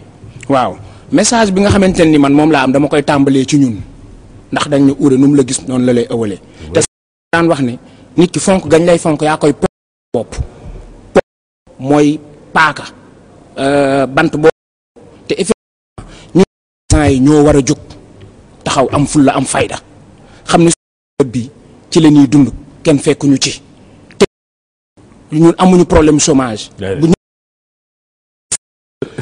doom taxawaaluwul du jar baat du dara ku mun xool ba yaa nga ca mbaar ma kon ñun nañu xam li ñuy jariñ ci ñu lay jóge te ñun li ngi parce ci kenn waxaale waaw bu kenn génne ñu ci boo ko defee laaj du dem mukk kon secteur bu mel noonu bu ñu ko amee ci réew mi nga xamante ni tey jii boo jëlee ay yeneen dëkk yu mel ne ay gamoog yooyu nga xamante ni seen i doomi réew bu ñu liggéeyal ci bureau dañuy yaakaar ne ñoom seen avenir jeex na parce que amuñu yeneen métier ñu mën a exercer yàlla dimbali ñu Sénégal ñun ñu am ay corps de métier yoo xamante ne nii du jeex 120 corps de métier waaw léegi donc bi njëkk mooy artisan yi ni ñu gëm seen bopp waaw beneen bi mooy état bi ci boppam ñi nga xamante ne nii ñoom la jox suñu secteur ñu yoral ñu ko commencé ci ministère ba ci suuf dama bëgg ñu xoolaat seen taxawaay dem ci artisan yi jéem ñu organiser benn panel boo xamante ne nii dañuy xam lan moo baax ci suñu secteur lan moo ci bon. ay APDA yooyu ñu ngi liggéey bu baax. non ban liggéey man gisuma ko très franchement parce que xam nga lan moo tax le 25 avril pour wax ne la Tambacounda. maa ngi suivre président de bu baax dafa ne dama bëgg ngeen saytul ma yéen ñi yor artisanat ngeen saytul ma xoolal ma ci biir artisanat li ci dox li ci doxul ngeen def ko rapport tënk ko. indi ma Ibrahima Ndiaye ñëw na fii nee na moom def na ko yónnee na ko président ba léegi kenn tontoogu ko. waaw fii wax ko de. waaw mais loolu tam président la. waaw mais loolu. beneen bi nga xamante ni moom laay indiwaat. tey jii dama lay jox rek benn exemple dara taxul ma koy wax dama bëgg ministère bi nga xamante ni moom moo ñu yor. ndax ñun tamit dañ nekk ci réew mi dañuy suivre. kuy seen ministre. ku liggéey dañuy wax ne ñu ngi liggéey. est-ce que comprendre nga baax li ma la. kuy seen ministre. waaw suñu ministre mooy nu mu tuddati pour wax la ne rek man sama wàlli bopp en tant que artisan foofu rek laay ñëwaat rek comprendre nga. xamoo ministre bi. direction de l'artisanat ci boppam sax comprendre nga man mësuma fa teg sama tànk. yow ministre bi xamoo ko. xam naa ko. kan la. xam naa ministre bu baax. mu tudd. ministre bi mi ngi tudd Amadou Talla comprendre nga. day politique de. politicien la. xam naa ko mais dama bëggoon la indil rek pour wax la ne ñun artisans yi bu ñu doon gis suñu bopp ñoom du ñu fay gëj dañ fay dem. est-ce que ñoom dinañ ñëw si yéen. man de ñun suñu structure bi ñu yor. ñun gisaguñ kenn ku ñëw. yéen association nationale des bijoutiers du Sénégal mosu leen gis ministre bi. déedéet. mësuñu ko gis. loolu doyul waa. loolu moo tax non monsieur le ministre nag lii tamit franchement. waaw loolu moom moo tax. loolu moo tax may lancer appel. may wax ne man dama bëgg parce que tey ji am na benn ministère bu ma xam boo xam ne ni moo yor entrepreneuriat féminin emploi des jeunes ñu koy wax Moustapha Diop. damay suivre rek ci li ko président dénk mu di ci liggéey ma gis liggéey bu am solo bu ñu ciy liggéey di dem région par région di rencontrer femmes yi. di leen organiser voilà dama bëgg système boobu noonu. Moustapha Diop. waroon na leen convoqué di am ak yéen ay réunion mensuelle. voilà kii bimensuel chaque 3 mois wala yooyu sax. te man ñun secteur bi ñu nekk. ñun on demande pas trop. mais man lii sama problème li boobu yëpp tamit saa boo waxee yaa may dégg ñu ne bijoutier yi am nañu xaalis te xam. non dañoo am ngor dañu am xaalis bijoutier yoonu kenn nekk si mais tamit bijoutier yi. war nañ fas jom. amal seen bopp seen comptoir. état bi ñëw na am nañ état bi ñëw am nañ ko démarrer lu tuuti donte un kii. mais ñu ne comptoir ba. loolu moom Tunkara man mi nga xamante ne nii maa ngi ci association bi di président commission finance te li may déglu xam man fi ma association bi toll ak li ma ciy def lépp. maa la wax ne la 2015 bi nga ma fi invité waat ma ne la am nañ comptoir. alhamdulilah looy jeexalee man maa la loolu loolu moom neex naa dégg. li nga xamante laay jeexalee mooy damaa bëgg. ñu xam ne ci suñu secteur bi bu ñuy wax am nañ ñu nu mën a waxal du ma la joxee exemple ku mel ne góor a àcc ak li mu def ci secteur bi. yaa may dégg ku mel ne indi Fatou Mor Dame Couture ci secteur bi ñu liggéey ci secteur bi boo ñëwee ci bijouterie yi mën naa ci citer ñu bari. waaw mais man appel bi nga xamante ni moom laay lancé mooy ñun benn njaboot lañu ñun ak artisanat bi ñoo ànd ak secteur artisanat bi ñoo ci nekk en plus mënta dem bàyyi ñu ñun mënuñoo dem bàyyi ko. ak ñi mu àndal dama bëgg ñu wooñu ñi nga xamante ne nii les vrais artisans laa wax ñu toog di liggéey ñu def benn panel ñu toog ñu càmbar lan yan problème moom moo nekk ci secteur bi ñu lijjanti ko. état généraux artisanat war nañ ko def waaw. très bien. beneen bi ci des. Tunkara xoolal chambre de métiers yi da ngay gis ne nii day nekk ci chambre de métier def fi 20 ans. pour lan waaw. mais nañu may loolu xaw Sénégal gis nga. Saara ngi fii 20 ans moo ko jiite da ngay def ay fédération 20 benn waay. mais au moins nañu may yi nga xam ne ñun ñu ngi door a jóg parce que ñun tamit am nañ ay. waa chambre de métier yi vraiment. mais léegi yow monsieur le maire li nga takk nii or la. sa loxo li nga takk or. li ma takk nii waaw or la waaw. ma fa woon jigéen góoru ju. non parce que dama ñëw pour wan la ne bijoutier lañu. parce que li ñu takk ñoo ko non du ma takk or. mbokk yi tey suñu taxaw seet ñu ngi sànn ak Mohamed Samb jàngalekat la fële ca Matam benn daara ju fa ne joo xam ne dañ fay tàggat waaye li muy jàngale moom mooy càmm. Mohamed ñu ngi lay nuyu la ziar. ñu ngi lay ziar. Mohamed da ngay yow jàngale càmm waaye yow doo sàmm de. kay damay sàmm. damay sàmm ndaxte am naa ay xar am naa aussi ay ginaar. donc damay sàmm. booy toog effectivement rek sàmm nga. waaw mais malheureusement gouvernement bien le ministère de l'élevage dama jàpp ni daf ko xamewul noonu. ndaxte boo xoolee. waaw moom balaa nga yeggal foofu yow lan nga jàng ba nekk jàngalekat ci wàllum càmm. effectivement man maa ngi jàngee école nationale de formation des techniciens de l'élevage et des industries animales de Saint-Louis foofu dañuy jàng la production animale donc ce qui fait que ñun dañuy génn comme agent technique producteur en élevage léegi nag malheureusement ñun ñu bari ñi nga xam ne dañuy génn ci école boobu. en tant que producteur amuñu les possibilités amuñu peut-être les moyens peut-être amuñu état bi deful ay canevas yoo xam ne dañuy permettre ñun ñu nekk ay producteurs parce que boo xoolee production moo yor élevage. lu wér. producteur. lu wér aussi bu ñu fàtte ni dafa nekk mbir moo xam ne da nga ci mën am liggéey man par exemple dama nekkoon ak samay morom ñii jëm jàngi lii ñii jëm jàngi laa mais man fa tabarakallah bi ma génnee macha allah am naa.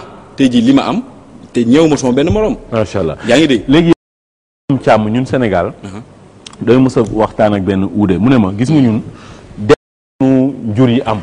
dafa bokk ci der yi gën ci àdduna. ndax deru rabu àll. wala deru li ngay sàmm. dafa am maanaam élèves yu bëri yu ci intervenir der bi baax. loolu maanaam jur gi li muy lekk fi mu dëkk foofu jant bi nu mu mel ngelaw li taw yi ndox yi yooyu yëpp mu ne ñun nag boo jëlee condition yooyu suñuy jur ñun dafa bokk ci jur yi gën ci àdduna.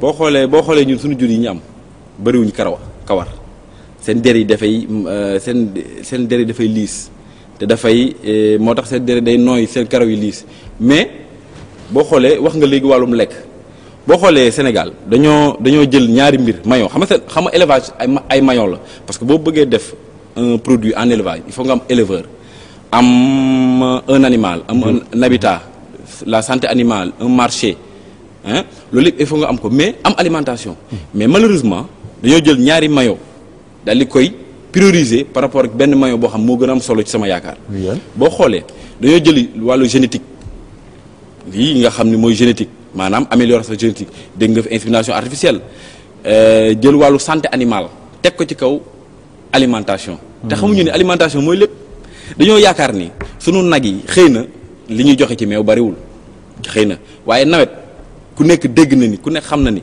bu nawet jotee meew mi dafay ba ci àll bi dañ koy tuur donc yow nga yaakaar ni donc ñun sunu nag yi li ñuy jox doyut waaw léegi naka la ñu war a def au lieu que ñuy jëli beneen nag boo xam ne li muy produit ci leer ci lait mooy ëpp wala li muy produit ci yàpp mooy ëpp au lieu que ñuy def loolu non xam nañu war a dañoo saa su ne nag bi nekk ci nawet maanaam saa su ne nag bi mën a am ñax bi muy am ci nawet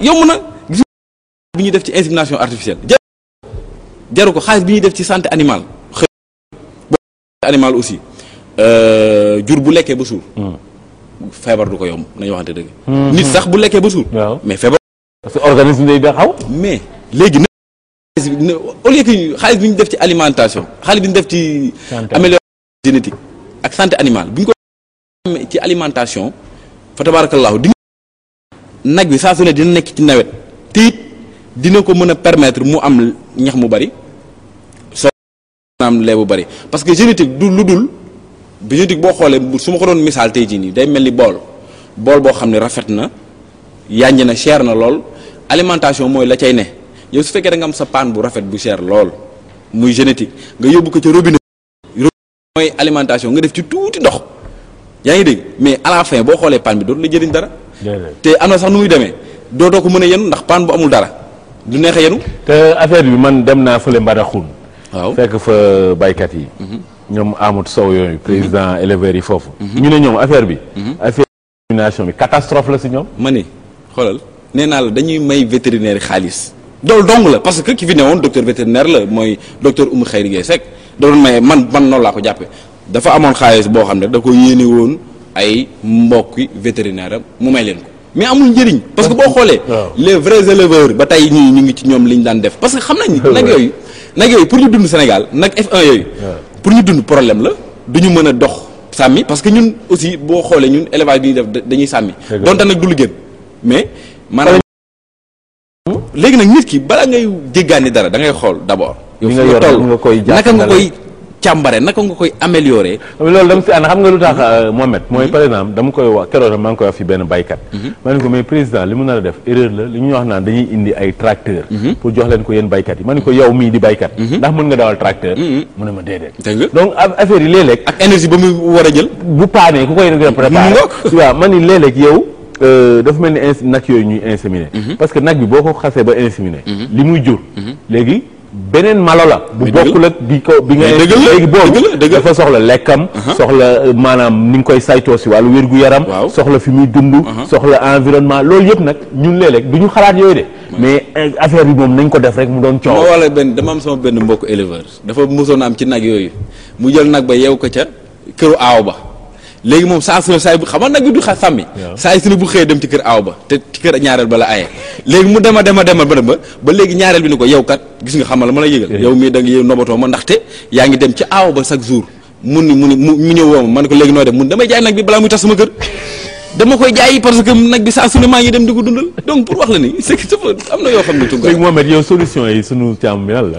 solution yi daal man leen la man ni ma ko gisee déjà xam nañu ni nañu jël déjà campagne insémination il paraît que mi ngi continuer di am mais nag peut-être envergure bi mu amoon parce que ñu ngi commencé yeewu xam nañu amatul xaalis bi ñuy def foofu fekkee bailleurs yi dañu bëgg a jàppale nañu jàppalee ci nen nañu fexe organiser gën a organiser les mouvements des éleveurs là les organisations des éleveurs parce que dafa bari aussi benn ñaareel ba bu ñu leen organiser les ASC xool dem ci au niveau des communautés rurales xool àll bi gis nga man dama jógee Tamba di nuyu waa Tamba aussi parce que madame fa la ne yaa ngi dégg di madame Samb ku ma dembele voilà ci àll bi de Tamba à Mbour da ngay gis àll bi yëpp dafa jaune ndax ñax léegi dem nañ ba nga xam ne dañ koy lakk ngir mën a am yoon pour dem ci yeneen village yi nekk ci ginnaaw waaw léegi ñun am nañ ñax mu bari moom léegi ana lan moo taxul du ñu mën a organiser wu mën a def benn campagne de faussage xoola permettre jeunes yi ñu mën a dagg ñax mi waaw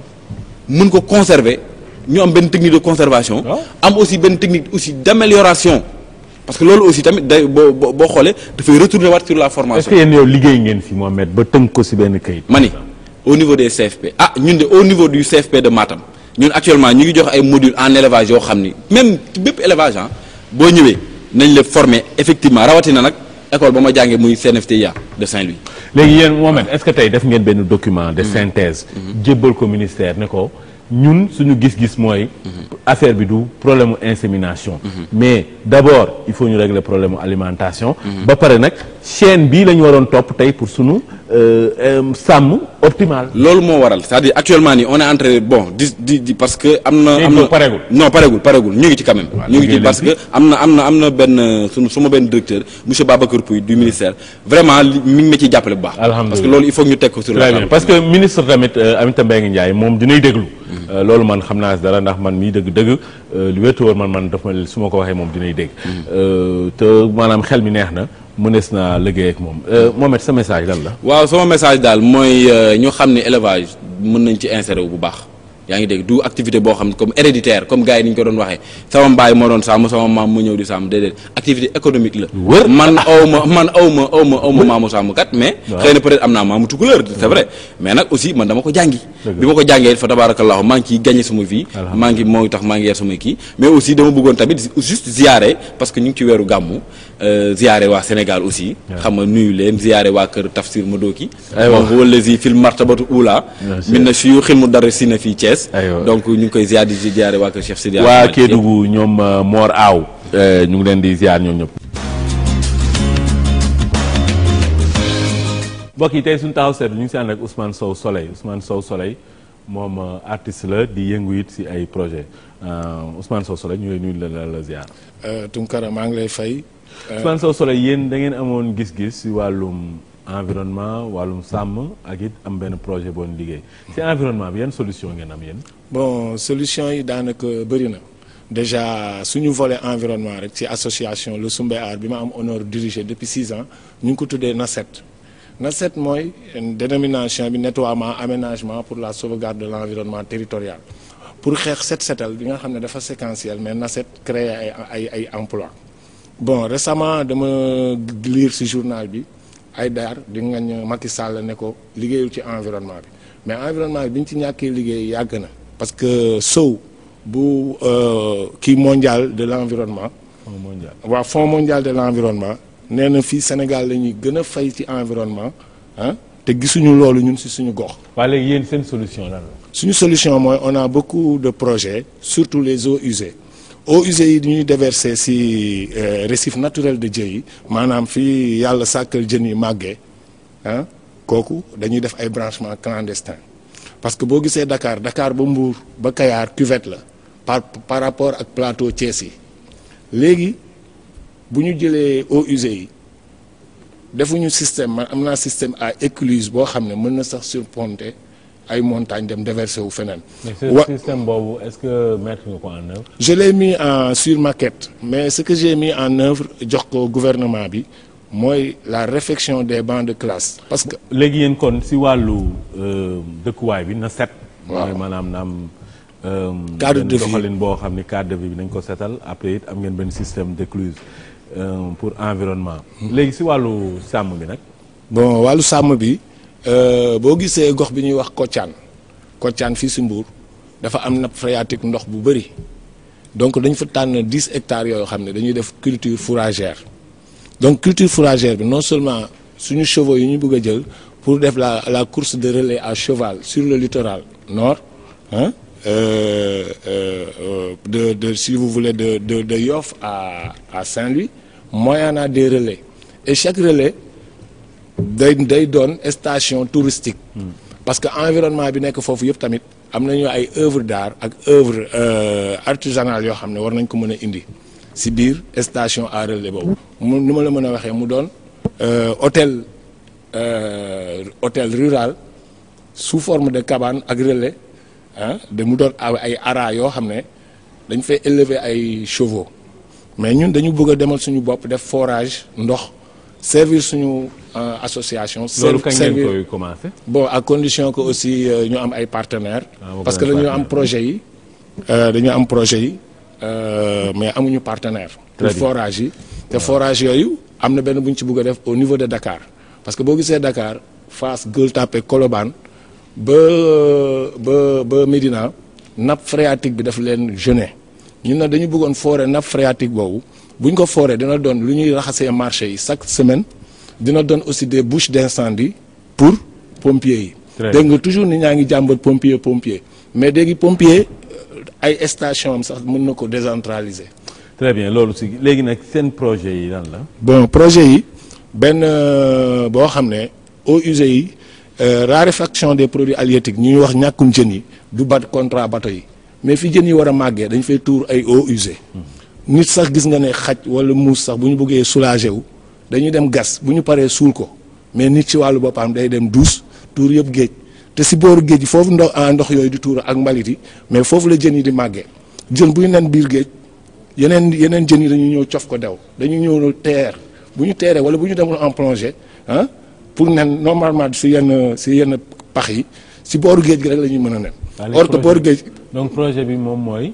eaux usées yooyu. eaux usées récupéré mooy système écluse boobu nga doon. voilà système écluse ñaar la sax système écluse ak système de renvoi en profondeur. très bien par exemple lu mat 40 kilomètres si biir ndox bi. très bien léegi loolu mooy mécanisme technique bi. waaw donc boobu mooy benn projet bi. beneen projet lan la. bon beneen projet bi aussi réfection banc de classe bu boobaa dinañ ne quand la culture aide l'éducation boobu dinañ ne ak culture bi kat mu ngi aide éducation yi et puis dañuy def une pierre deux coups parce que dañu am ay fabrication yoo xam ne ay bancs yoo xam ne ay pneus lañ koy defaree ak ay tribune yoo xam ne ay pneus lañ koy defaree léegi 3 jours wala 4 jours réfection de banc de classe yeneen 3 jours yi ñu def récupération boobu avec les pneus avec les bancs tout ça. très bien léegi projet yooyu kañ lay commencer. bon projet yi dugal naa ko il y a 7 mois mu dugal benn bi éducation bi ma demee. ba léegi dem nañu woon Bécaye ministre. non mais yooyu détails yi la mën nañ si bañ a dugg. waaw donc ba léegi amagul. retour da ngeen réponse di xaar. waaw donc yéen seen projet yooyu yëpp da ngeen di xaar rek retour pour ngeen mettre ko en œuvre. en œuvre. très bien léegi sa message lan la. léegi nag loolu ñàkk retour yooyu moo tax ñu ne kon nañu créer benn événement comme foire ñu ne la foire de la francophonie de Soumbéar première édition donc ñu ngi ko doon def du 30 au 29 mais malheureusement. du 29 au 30. du 29 au 30 mais malheureusement zone bi ñu ko bëggoon defee dafa bëri woon ay immondices. léegi kañ la immondices yi ñu dindi léegi dañu jàppal le 10 janvier au 20. fan lay nekk. foofu ci place bi entre Cour suprême ak entrée du tunnel en venant à Dakar. foofu lay nekk léegi zone boobu dafa calciné immondices yi ñoo fa bëri. mais loolu kay léegi yéen yaa ngi koy lijjanti parce que boo demee ba tànn zone moom état dama di assumer. waaw s'il vous plaît dama ne état daf ñu war a jàppale parce que ñun dañ koy jàppale état bu ñu jàppalee ñun dafa mel ni moom jàppale na boppam. parce que fi mu nekk nii projet yi ñu yore nii xoolal Dakar boo xoolee capitale yi gën a tilim si la bokk. te la capitale qui devait être la plus propre parce que ñu ngi koy wax moom mooy porte du monde. très bien léegi lan ngay jeexale. bon li may jeexalee mooy benn di ñaan suñu chef de l'état bi tey mu sargal la quoi parce que Sénégal si kanam moo ñor ñëpp te yow émission bi ngay def émission ñëpp la émission àdduna la donc médaille de mérite yow war nga ko am ci Sénégal ci kanam ñaareel bi mooy ñun foog ñu jàppalante parce que nit àdduna noonu la ñu yàlla sàkkee tey su ma kubéeru loxo si yow rek laa ko gis bu ñu tegoon fii tey benn boolu ceeb dinañ si compter 100 métiers du benn nit rek moo ciy liggéey 100 métiers yi ñoo ciy liggéey si benn bool nga am dalu muñ donc loolu foog ñu jàppalante état bi dafa war a jàppale association yi bu jàppalee association yi ak de retour association yi dañ koy jàppale te yenn entreprise politique yi tamit ñu wàññi seen loxo parce que lu mel ni entente Kadakar ne s'entend pas avec Dakar parce que entente Kadakar tey ni mu defee ay gravion fële gravion yooyu bu ndox eaux pluviales yi ñëwee dafa am ay pax xeer yëpp ñooy glisser entassé wu foofu te xeer yi bu ñu demee si tali yi c'est des cibles potentielles. kon léegi booy ñëw nga ne localité ngay liggéeyal bu ko def affaire parti pris waaw parce que en tant que Dakar doo gisee nu muy liggéeyal fu PS amul intérêt du fa liggéey loolu nag taxul ñuy wax entreprise en tant que Dakar la wax. Je signale que le directeur, il faut que vous sachiez que vous ne vous entendez pas avec Dakar parce que vous ne faites pas convenablement votre travail. bàyyi leen léegi ak seen vidéo du jour. Donc vous voyez que les anciens Égyptiens étaient des Noirs comme tous les autres naturels de l'Afrique, c'est tout. You can see that the first the Egyptians were black men, like black men that you see in Africa now. Ici, cette reproduction est importante. This is a very important reproduction. C'est dans le tombeau de Ramsès III. This is found in the tomb of Ramses III. 20e dynastie. The 20th dynasty. Vous avez le personnage de gauche. That person on the left. C'est le type général, donc, représenté par l'artiste égyptien lui-même. This is the general type represented by the Egyptian artist himself. Le second, c'est le type général de tous les Européens, si vous voulez, de tous les Occidentaux. And the second personage is the general type of all the Europeans represented by the artist. Le troisième, c'est le type général de tous les autres Noirs de l'intérieur du continent. And the third personage is the general type representing all the other groups found in the interior of the continent. Of the continent of Africa. Oui. Le quatrième, c'est le type général de tous les Sémites habitant l'Asie. The fourth personage is the general type of all of the Semites living in that area of Asia. Et ceci est un tableau ethnographique. Voilà les races qui existaient à l'époque, telles que les Égyptiens les ont connues, vues et représentées. mbokk yi tey sunu ñaareel jotaay Sénégal ci kanam ñu ngi si ànd ak Serigne Falilou Diop moom si waa APR la bokk président Macky Sall ne fële ca Touba ak it Amadou Diatta moom bokk si kuréel googu di waa PDP présidé à la destinée de mon pays sëñ Fall ñu ngi nuyu la ziar. ñu ngi lay fay Mohamed Tonkara. waa Touba ñu ngi leen di ziar sama wóllëre sëñ Saliou Mbacké doomu sëñ Moustapha Saliou di ko ziar Amadou yow ñu ngi lay nuyu ziar. maa ngi leen di fay. Amadou yow PDP lu mu doon. PDP avant tout d'abord dama leen di remercier ci invitation bi dinaa sawar torop pour tontu ci question bi. PDP moo ngi signifier d'abord présider à la destinée de mon pays suñ ko bëgg a tekki ci kàllaamaw kocc lii lay joxe teewe sama ëllëgu dëkk donc benn mouvement citoyen lañu. mais dëkk ak pays du benn. pays mooy réew. dëkk mooy benn gox. tout à fait mais ñun suñu ambition c'est à deux niveaux c'est-à-dire comme John Fitzgerald Kennedy nu mu ko waxee rek. N'attends pas à ce que ton pays fasse quelque chose pour toi, mais fais quelque chose pour ton pays.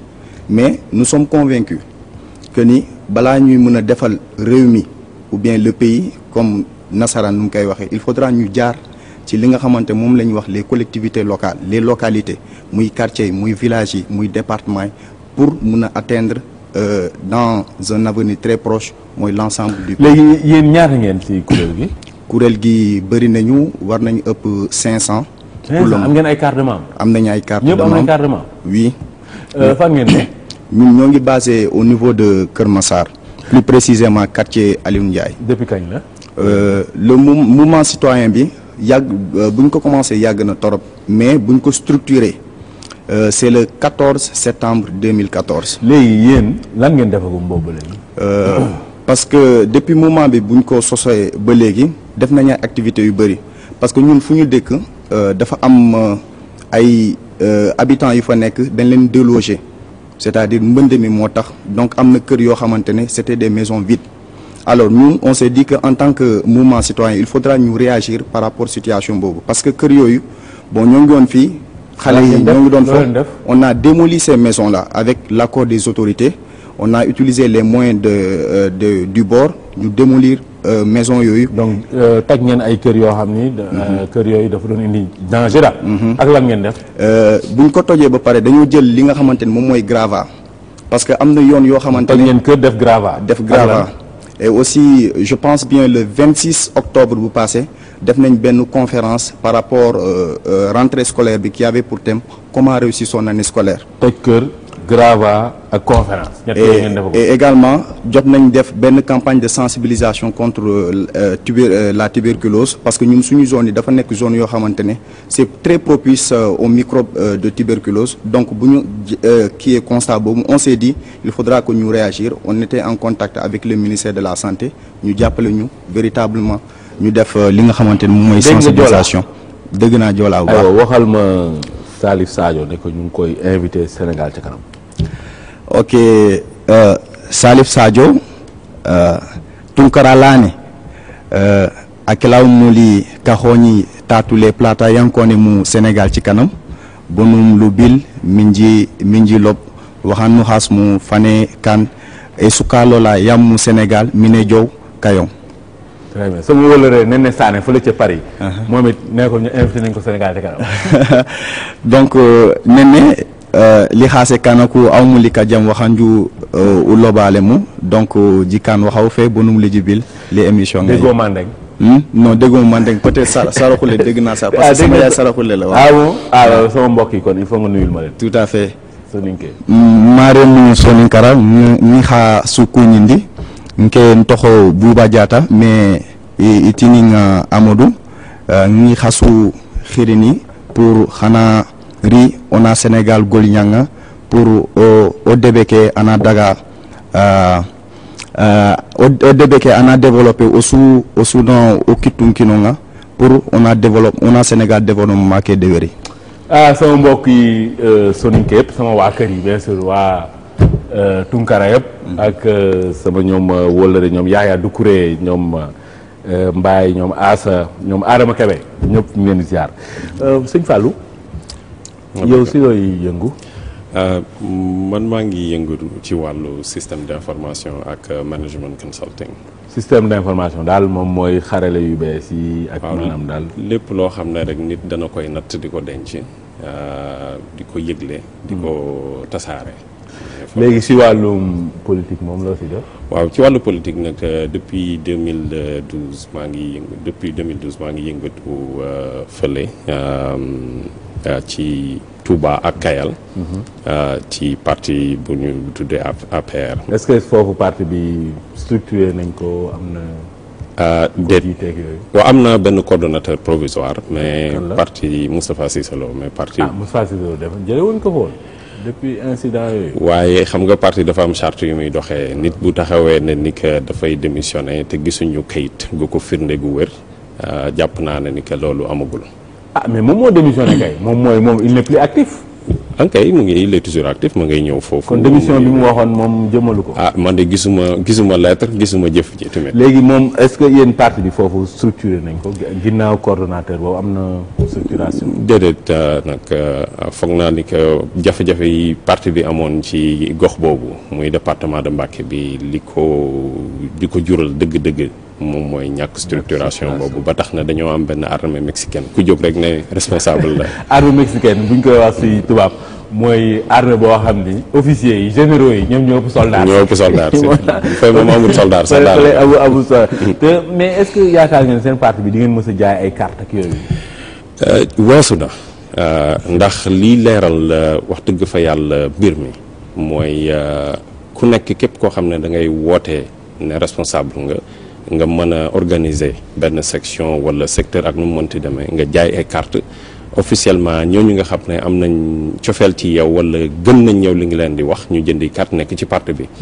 mais solution boobu nga gis. absolument loolu mënul ñàkk def ko à l'échelle nationale. non parce que gis nga boo xoolee sax lii nu mu tëddee nii dafa am ñu mu arrangé rek. spécifiquement mooy baron parti bi. ñi nga xam ne jege nañu président. ce n'est jamais perdu pour tout le monde. exactement waaw ñi jege président nag nga xam ne mën nañoo gisanteeg moom ñoom lii daf leen arrangé parce que bu amul structuration. duñ mën a xam ni kan mooy fu ñuy nattee seen bopp. mais yéen sëñ Fall ñu mel ni yéen nga xam ni yow. suñu borom may na la jàng yeew nga dem nga ci àdduna bi gis nga ak yooyu yéen lii du gàcce ci yéen seen parti bi toll fii. jafe-jafe bu métti la ñun boo ko seetee man sama wàllu bopp. gàcce laa ko jàppe. waaw gàcce la jafe-jafe la ndax parti boo gis rek cadre la cadre de réflexion cadre d'action la tamit te dafa am ay charte yoo xam ne parti bi daf ko am boo gisee nag ni que ñiy doxalee foofu ñi ñu dénk parti bi foofu doxalee woon charte yooyu da ngay def doo mën lu dul bar sa daara. ñu mel ni ñu leen bàyyi ci parti bu mel noonu. gëm-gëm dafa am leen loo xam ne ni que Sëñ Fallou doon na ko wax ne na mbir boo ko bëggee soppi wala nga jiitu ko da nga cay bokk. kon am na ngëm-ngëm boo xam ne dañu gis man personnellement ñaari programme yoo xam ne président Macky Sall daf ko yëkkati bi mu nekkee pouvoir mu intéressé ma moom mooy plan Sénégal émergent ak décentralisation bi Amadou wax sànq. waaw parce que Mamadou Tounkara dëkk yoo dem ci àdduna bi yëpp. le développement se fait à la base. loolu waaw donc bu fekkee ne ni que Sénégal ab base la président bi mooy jënu digg. donc ci gox-goxaan yi dañuy war a yëkkati ñun tamit mbaar moomu di Sénégal door a mën a am njëriñ ci askan wi. waaw loolu de wax ji rafet na mais xam nga tamit man dama jàpp ne ku mënul defar parti. mënoo defar réew. non xam nga parti association la. réew tamit association. waaw dafa am ay dynamique. réew tamit dafa am ay dynamique. waaw dafa am ay dynamique. léegi nag ci parti bi xam nga parti am na tey jii am na benn gouvernement boo xam ne ni que daanaka gouvernement alliance la. mais ñun suñu wàllu bopp ñun li ñu soxal mooy département de Mbacké. mais ku mënul defar parti ku mënul defar parti tam doo mun defar. non am na nu muy doxal xam nga am na nu muy doxee ñoo xam ne dañu jàppoon ni que ci jamono bi ñu nekkee en opposition structure horizontale boobu moo gënoon pour ñu mën a fagaagal yenn yi nga xam ne moom lañ doon bañ mooy lan identifier ban leader moo nekk ci ban gox. ñu bañ pouvoir bi fi nekkoon cibler leen di leen attaquer ger leen wala ak yu ni mel loolu lañ ci doon bañ mais nag. mutation adaptation bi waroon a am bi nga xam ne ni que dem nañ au pouvoir moom moo amut te loolu li ko waral rek mooy dafa am ay intérêt particulier yoo xam ne jege nañu président moo tax ñëw kii président tamit moom tam moom mooy kilifa gi. waaw mais am na foo xam bu fa tollee moom mooy ne yoon bi la ñuy jaar lu ñuy wax leader mooy ki nga xam dafay xàll yoon pare xëcc nit ñi ñu topp ko. waaw mais président moo mën rek réew mi ñun dañ ci am wàll waaw même parti bi ñun dañ ci ànd man bi may jël carte APR président waxuma ko man maa dem sama coobare bopp la jënd ko mais dama ni tey il faut xam nga dynamique yi ngay wax. waaw dynamique yi ay niveau la. ak ay échelle. mais am na foo xam ne bu ñu fa tollee. dynamique kii insufflé dynamique bi mooy leader bi gën a mag. nga noonu lay demee. mais déedéet je ne suis pas d'accord man je pense que tamit démarche boobu ngay wax noonu top down boobu am na ay limites. léegi nag am na beneen wàll woo xam ne tamit baaramab bi nga xam ne ñun ñoo koy jëlee ci gox bi loolu tamit daf ci am solo. te loolu defee fii sëñ Fall. waaw baaramab boobu. xam nga lan la jóg. raayante. non parce que bu fekkee ne dañ ko jaar ci yoon comme ci parti bi. du jaar yoon dama lay expliquer xam nga ñun man bi ma demee APR dama ñëw fekk ñuy xaw a xatal élection locale yi dama mujj ber sama bopp dem ci benn liste boo xam ne écologistes yi ñoo ñu abal seen récépissé yàgguñ ci parti bi. yàgguñ ci seen politique locale lu Mbacké mais on dem nañ ba mujj am ñaari junni ak téeméeri baat am ñaari siège ci conseil départemental bi man nag dama jàpp ne ni que comme dañoo bokk ci Sénégal te Sénégal mbir la moo xam ne gor su ne boo sañoon sa doo bàyyi yow nga ëppale sa morom foog naa ni que da nga war a jël say matukaayu bopp tamit taxaw samp sa drapeau sa gox loolu bu fekkee ne ni que tant que ñu ngi toog di xaar ni président rek président benn nit la. te réew mi te Mamadou Tounkara xoolal bés bu ne rek 24 heures moo ci doon Sénégal 48 départements la président mënul gérer loolu lépp parti bi nag dafa am ay chartes yoo xam ne daf ko tëddoo ñu teg ko ñun ñi nga xam ne ñoo nekk ay militants ci parti bi ñoo war a toog nag te parti bi nii la war a doxee. ba pare ñu doxalee ko. bu fekkee ne dañ koy exiger président dañ koy exiger. effectivement loolu moom moo nar a am yéen rek yaa indi parti boo xam ne si àdduna bi. mi ngi au pouvoir non structuré. waaw am na encore une fois dafa am benn structuration boo xam ne moom la ñu toppoon nee nañ structuration am na ay coordonnateur am na ay non man d'accord naa ak yow parce que fi mu ne dama ne yéen rek ci àdduna bi yaa leen di parti au pouvoir mën na am bu am mandarga boobu mën na am xaw ma ko man de sama gëstu gisuma benn mais en réalité wax dëgg fa yàlla loolu kenn du ko naatable am na problème yu bëri yoo gis problème leadership yi am ci parti bi loolu moo ko indi te nag mais dafa am responsabilité bi c'est partagé. du wér waaw du wér ku nekk da ngay bay sa wàll rek ñun ñoo ngi bay suñu wàll. bon sëñ Fallou yow dafa am leeral yoo bëggoon indi si wàllum coow loolu ñu fi dégg ne Sénégal. dañ fay gis pétrole. waaw pétrole fii si Kayar ak fii ci Ndar. waaw ñu si doon wax waa Petrotim moom mooy këru liggéeyukaay boobu nga xam ni rakku président moom si la bokk.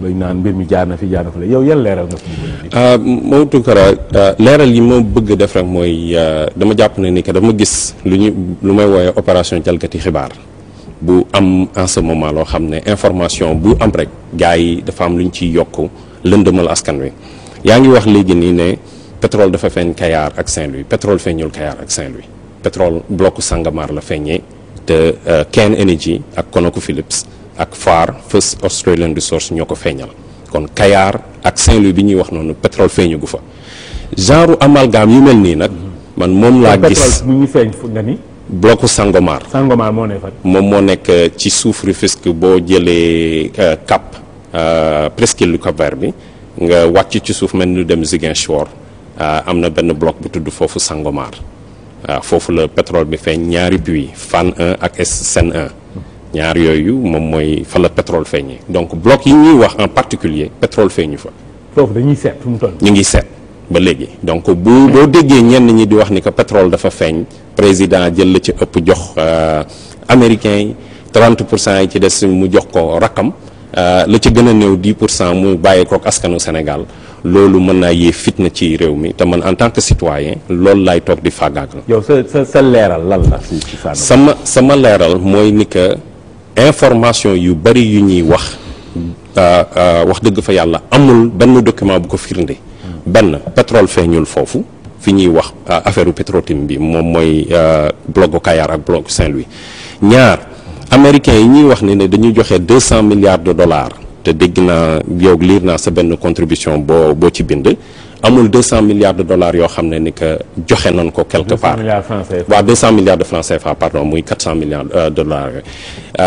Aussi tamit am na ñetteelu ponk bi nga xam ne bëggoon naa ko leeral mooy 30% yooyu ñuy wax ni que Alioune Sall moo ko moom man dama gis ay documents yoo xam ne dañ ko génne document public la am na benn boo xam ne benn correspondant RFM bu nekk Washington Baba Aydara moo ko génne ma gëstu ko benn document annexe la mais amoon na beneen document boo xam ne moo ko jur mooy document maire bi ma ko saytoo nag document boobu jàng ko ci laa gis ne ni que benn Petrotim Limited moom moomoon licence bi jox ko Timis Corporation séddi ci Cosmos Energy muy benn société américaine 60% kon fi mu ne nii Cosmos Energy moo am 60% Timis Corporation am 30% Petrosen am 10% yooyu nga xam ne réew mu ne bu fekkee ne da ngaa bëgg di seet pétrole te defloo ci sa xaalis 10% rek nga ci mën a am sous réserve nag bu pétrole bi feeñee bu boobaa mën ngaa yokk sa participation. waaw mais léegi rakku président moom lu siy wàllam. rakku président. chronologie bi dafa am benn chronologie boo xam ne dama ko topp. chronologie bi gis nii ci écran bi chronologie bi rakku président mu ngi ci ñëw daanaka ca mujjeelu chronologie bi ñuy commencé Frank Timis Samuel Sarr indi ko Sénégal mu ñëw fi ak benn société bu tudd African Petroleum Corp. ñoom ñoo fi ñëw Ablaye Wade jox leen ñaari licence Frank Timis am ay jafe-jafe ak management am boobu ñi mu àndaloon. mu génn foofu daanaka wala dañ ko fa génne sax am na ñu naan dañ ko fa génne mu dellu siwaat nag Sénégal ci jamono jooju ñëw doon ut yeneen ñaari licence mooy bloc Kayar yooyu ak Saint-Louis boobu c'était en 2011 léegi Frank Timis boobu en 2000 ci bloc Kayar yooyu administration Wade la ci jamono jooju. waaw bloc Kayar boobu.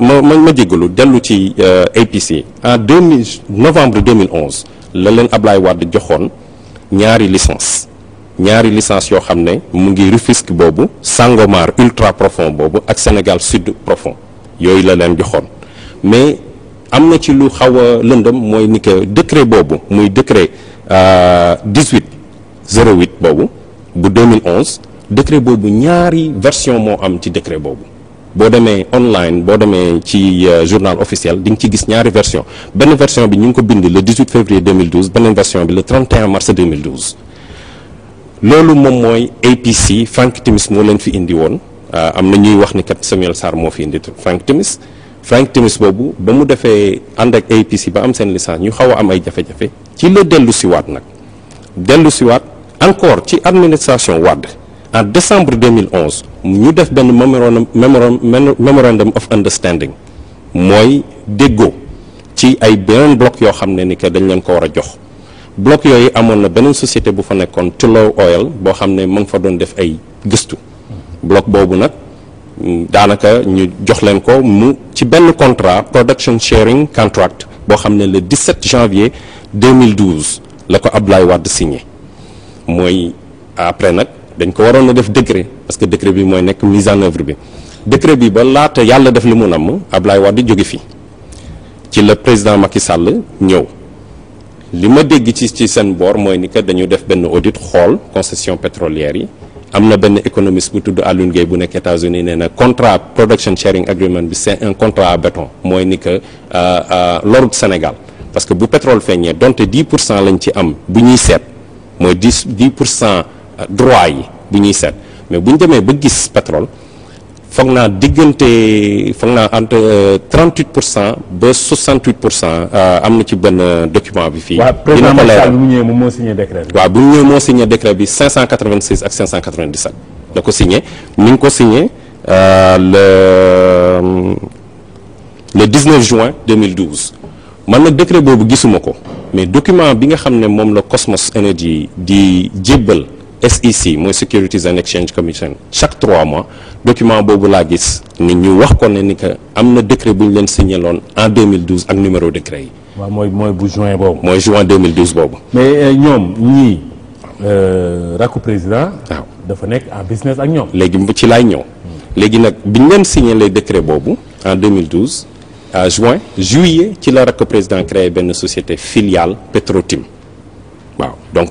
licence bi joxe nañ ko avant Alioune Sall di créer société boobu Petrotim. kon Alioune Sall daal xam na ni. mbir ñu togg nañ ko ba mu ñor. waaw ñu gaawantu créer benn société am loolu xeetu opportunisme la daal. waaw déedéet xam nga créer société am boobu dafa créer société filiale société bi ñuy jox licence def il faut mu leer. waaw mais loolu mooy affaire bi base communicant la. waaw déedéet parce que xam nga ci procédure ak ci contrat dañ ne wax ne ni que. bu ñu la joxee contrat boobu da ngaa war a ut benn société locale boo xam ne mooy nekk interlocuteur gouvernement bi du ay yónnente ay bataaxal mais bu dañuy xalaat ni ëllëg bu fekkee ne pétrole feeñ na taxes yi ñuy fay ak yu mel noonu du nekk benn société offshore wala bu nekk feneen boo xam ne moom la ñuy waxal mais société locale la ñuy waxal. non d'accord naa si loolu mais sëñ Fall. affaire bi lan la léeg-léeg ku booti bukki doo bañ xaj mbow la. dëgg la benn ngoog ñaar président moom si boppam. moom moo amul xarañu tey waa këram moom moo amul xarañ ba waa këram mu soril leen business bi état am parce que loolu gis nga sëñ Fall day yàgg rek dafay conflit d'intérêt la bu wér absolument parce que président du tëj doomam du tëj magam du tëj rakkam luy tey xel la du tëj soxnaam luy tey donc ñooñu saa ñu nekkee en business ak état rek dafay indi conflit d'intérêt benn ñaar président dafa mel ni jàngul bu baax démb tey Karim Wade mi ngi nii moom si boppam ñu tëj ko Karim Wade li ko dara war a yóbbu ñu tëj ko lu dul ni dafa nekk doomu président Wade nekkoon di def affaire ak état donc man tey su ma doon président sama rakk sama soxna samay doom dinaa fexe ba sàmm leen aar leen protéger leen ba coow yu mel noonu du am. loolu Tunkara maag yooyu ñoo ci ànd man benn exemple laay jël JFK bi Amadou doon tudd bi mu nommé frère am Bob waaw ministre de la justice aux États-Unis en 67 bi mu fi jógee Lyndon B Johnson li mu bokk na ci ñi dugal beneen loi boo xam ne ni que képp koo xam ne bokk nga ak président doo jege affaire présidentielle contrat ak yu ni mel te loolu maa ngi ñaan ñu am ko fii ci réew mi te dinañ bokk nañ ci ñi nga xam ne dinañ ko jëf incha allah buñ ci tollee loolu am ci réew mi mais ci wàllu wi il faut am ñu leeral xam nga Alioune Sall bi muy ñëw di nekk en affaire ak Eddie Wong ak Petrotim boobu ci jamonoy Ablaye Wade la woon xam nga donc boobu daanaka mën nañ wax ne ni que situation bi dafa jiite li doon gën a rafet nag et wax dëgg fa yàlla man bu fekkee noonu am na lu may conseiller Alioune Sall mooy mu génn ci mbir mi yëpp parce que mu ngi gêner président mu ngi gêner le plan Sénégal émergent mu ngi gêner intérêt supérieur yoo xam ne franchement pour Sénégal la c'est une faute politique man pour man à mon avis na ci génne waaw mais nag da nga wax loo xam ne da nga wax sànq ci exemple xaj bi mais dafa am lu gars yi di def aussi tamit loo xam ne ñun war en tant que citoyen war nañ leen wax arrêté mooy lan xam nga tey jii buñ jàppee ci presse bi ne xaj bi matt na Mamadou Tunkara kenn xoromu wut waaye Mamadou Tunkara moo matt xaj bi ñëppay daw ñëw loolu mooy jalgati xibaar gi nga xam ne moom la gars yi di def toog ne Alioune Sall américains yi joxe nañ 200 milliards de francs CFA Alioune Sall moom 30%. Alioune Sall am na 60 milliards. mais en réalité document boobu ma lay wax moom mooy forme 10Q boobu Cosmos Energy nga xam ne da koy jébbal SEC dafa leeral ne 200 milliards yooyu. 180 milliards pour gas ñetti teen d'exploration la. léegi nag après ñoom nee nañ ci biir kii bi te waxuñu xaalis nee nañ dañuy war a def sondage 3D sondage 3D Chariot Energy bi mu ko defalee Kenya en Mauritanie ci moitié surface boobu dépensé nañ ci 26 millions de dollars muy 13 milliards. kon nga xam ne ni que. 20 milliards yi moom affaire xaalis la. exactement mais nag nit ñi 200 milliards du dara. nit ñi bëgg a gëmloo nit ñi ne président daf ko jël lépp aaki moo ko jox ko rakkam moo mën a yee ci fitna te gis nga pétrole fu mu yee fitna rek. égoïsme boobu jiital sa intérêt bopp boobu moo tax te ñun man dama wax ne ni que en tant que citoyen bàyyi affaire u parti fële. yooyu yëpp ñu ngi toog xool lan la gouvernement di génne lan la opposition bi di génne ñu toog saytu ko ak ñi nga xam ne dañuy woowe seen bopp journaliste wala animateur di toog di dégg benn wax jalgati ko pour lan créer fitna.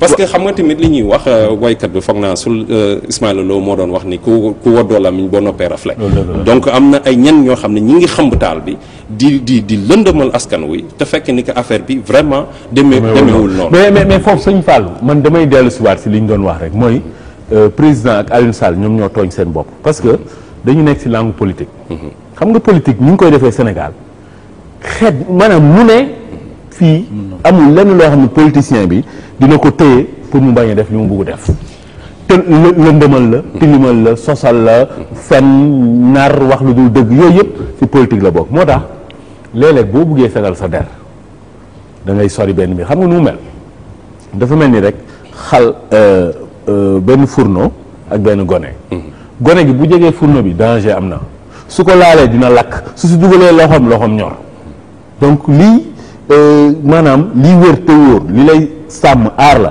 mooy sori ko.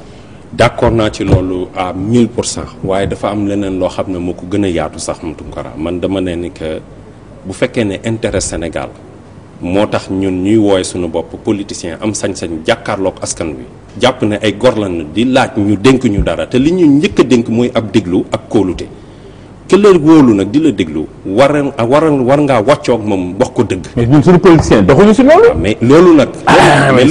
mais nag loolu. Tunkara du ma la jàngal dara. waaw mais loolu Tunkara dafa am beneen institution boo xam ne nag yéen en tant que ñi nga xam ne yéen tas xibaar yi yéen a war a jouer rôle boobu bu fekkee ne Serigne Fallou Diop ñëw na taxaw wax loo xam ne nekkut ngeen toog ne ko saa waay li nga wax du noonu bàyyi raay bi loolu. tant que jógewuñ ci tant que politicien bi mu ngi jàpp ne ni que bu ma ñëwee tey jii mën naa wax lu ma neex Tunkara am benn cofeel ci man wala ab kersa bàyyi ma wax sama njombe dem lëndëmal xelu gaañ yi wax dëgg fa yàlla ba léegi xawuñu Sénégal dafa am loo xam ne Sénégalais daf koy bañ politicien li mu gën a bañ mooy ñu xawi suturaam bañ ko falaat kon nag loolu rôle boo xam ne war ngeen ci jouer war lañu topp opération jalgati xibaar bi loo jeexale lu may jeexalee mooy avant may jeexal sax il faudra me rappeler ni que le mouvement citoyen PDP mouvement bu dynamique la dynamique dans le sens où. bul kañ seen bopp. non non.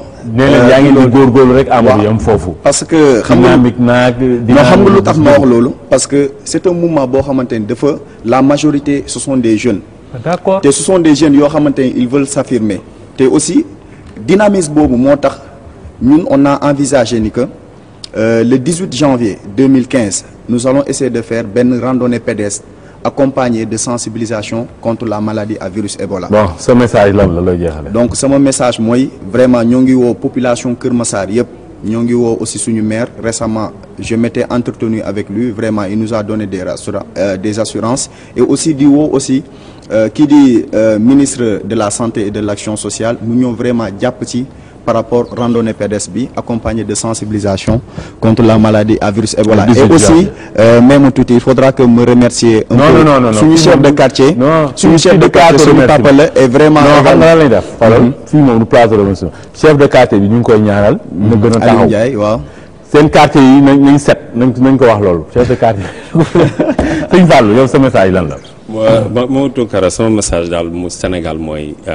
ak politiciens yi nanu digg doomu nanu def la Youssou Ndour doon wax ànd ak déglu information bi affaire bi spécialement bu ñuy wax affaire Petro-Tim document yi ci feeñ yépp wax dëgg fa yàlla firndewul ni américains yi teg nañu 200 milliards séddoo nañ ko ba am Alioune Sall am ci 60 milliards comme ni ko Omar Sarr di waxee loolu wax dëgg fa yàlla amagul benn information benn document bu ñu feeñal boo xam ne firnde ni ko maa ngi nag politicien la rek. waaw moo tax politicien la waaw mais nag politicien boo xam ne mën naa wax joo xam ne mën naa jee fitna ci réew saa su ne noonu politicien Tounkara Rwanda rajo Mille Collines nekkoon na fa ñuy wax seen waxu politicien ba mu njur njombe lu rëy ñu ngi ñaan yàlla musal ñu ci lu ni mel loolu moo tax nag lu ñu ko musalee ñun ñii nga xam ne ñooy xalima borom bi ñoo war a jóg nag xam lu suñu wareef li Cheikh Abdoulaye doon wax fit mooy xam la war nga na ca kon nag dañu war a xam ne ni que Sénégal gi ñun ñëpp a ko bokk kenn moomu ko kenn du ñu seetaan kenn aakimu ko li war mooy nanu toog bu ñuy xëccoo li Me El Hadji Diouf waxoon nañu utiliser ay armes am na jumtukaay conventionnel yoo xam ne nañ ko jëlee xëccoo ko mais pas toog di jël risqué avenir u Sénégal li may wax nag li may tëjee mooy ne que képp koo xam ne tey jii yaa ngi nekk ci rajo bi wala ci télé bi di toog di wax nekk ci opération jàllale xibaar bi man dëkk naa la ci débat contradictoire boo xam ne ñu toog génne document yooyu ñu leeral ko askan wi xam ne ni que lii ñuy wax ni ñu ngi leen di tuur lëndëm ñu ngi leen di bëgg fakkatal jaxase leen ak ñoo xam ne tey jii defuñu daal message bi tamit mooy président na fexe ba waa këram sori ay affaire état parce que loolu gis nga président moom tey bu nguuram bu bés bu jeexee waa këram yooyu rek ay am problème. loolu moom wax na ko lu leer la ma baamtuwaat ko te kooku sax du ma ko jëlee non seulement ci président mais ci Alioune Sall ni ko mu ngi gêner président te devoir am la en tant que citoyen bu fekkee ne gëm na ni que président am na benn chance avec le PSE avec la décentralisation ñi nga xam ne ñun gëm nañ ni que mën nañ cee sukkandikoo pour suuxat suñu gox yi bu gox yëpp suuxatoon nag Sénégal suqaliku mu dimbali ñu bañ a gêner président. am na solo loolu moom mooy appel bi nga xam ne man moom laa koy ñaan personnellement. gërëm sëñ Falilou Diop moom waa APR la ne fële ca Touba waaye it da yëngu si wàllum système d'information Amadou Diatta moom mi ngi bokk si PDP fii ci Kër Massar gërëm mboolem ñi nga xam ne ñoom ñooy suñu ay partenaires si jotaay bi. ñoom CCBM xalima.com jotaay bi saa yu leen soobee mun ngeen dem xalima.com ngeen seetaan ko fa sunu ñawkat Badou Cenko fii ci Sicap Jëppal 3 sunu ay techniciens ñoom Roxay Daba Mbodj ñoom Nafi Diagne ñoom Mam Cécile ñoom Lay Sarr ak ñoom Ousseynou ñoom Bathily ñoom Oumar Diop sunu monteur Demba Seck sunu cadreur mboolem ñi nga xam ne ñi ngi bàyyi xel si àdduna bi yëpp dig leen daje ëllëg bu soobee yàlla wasalaam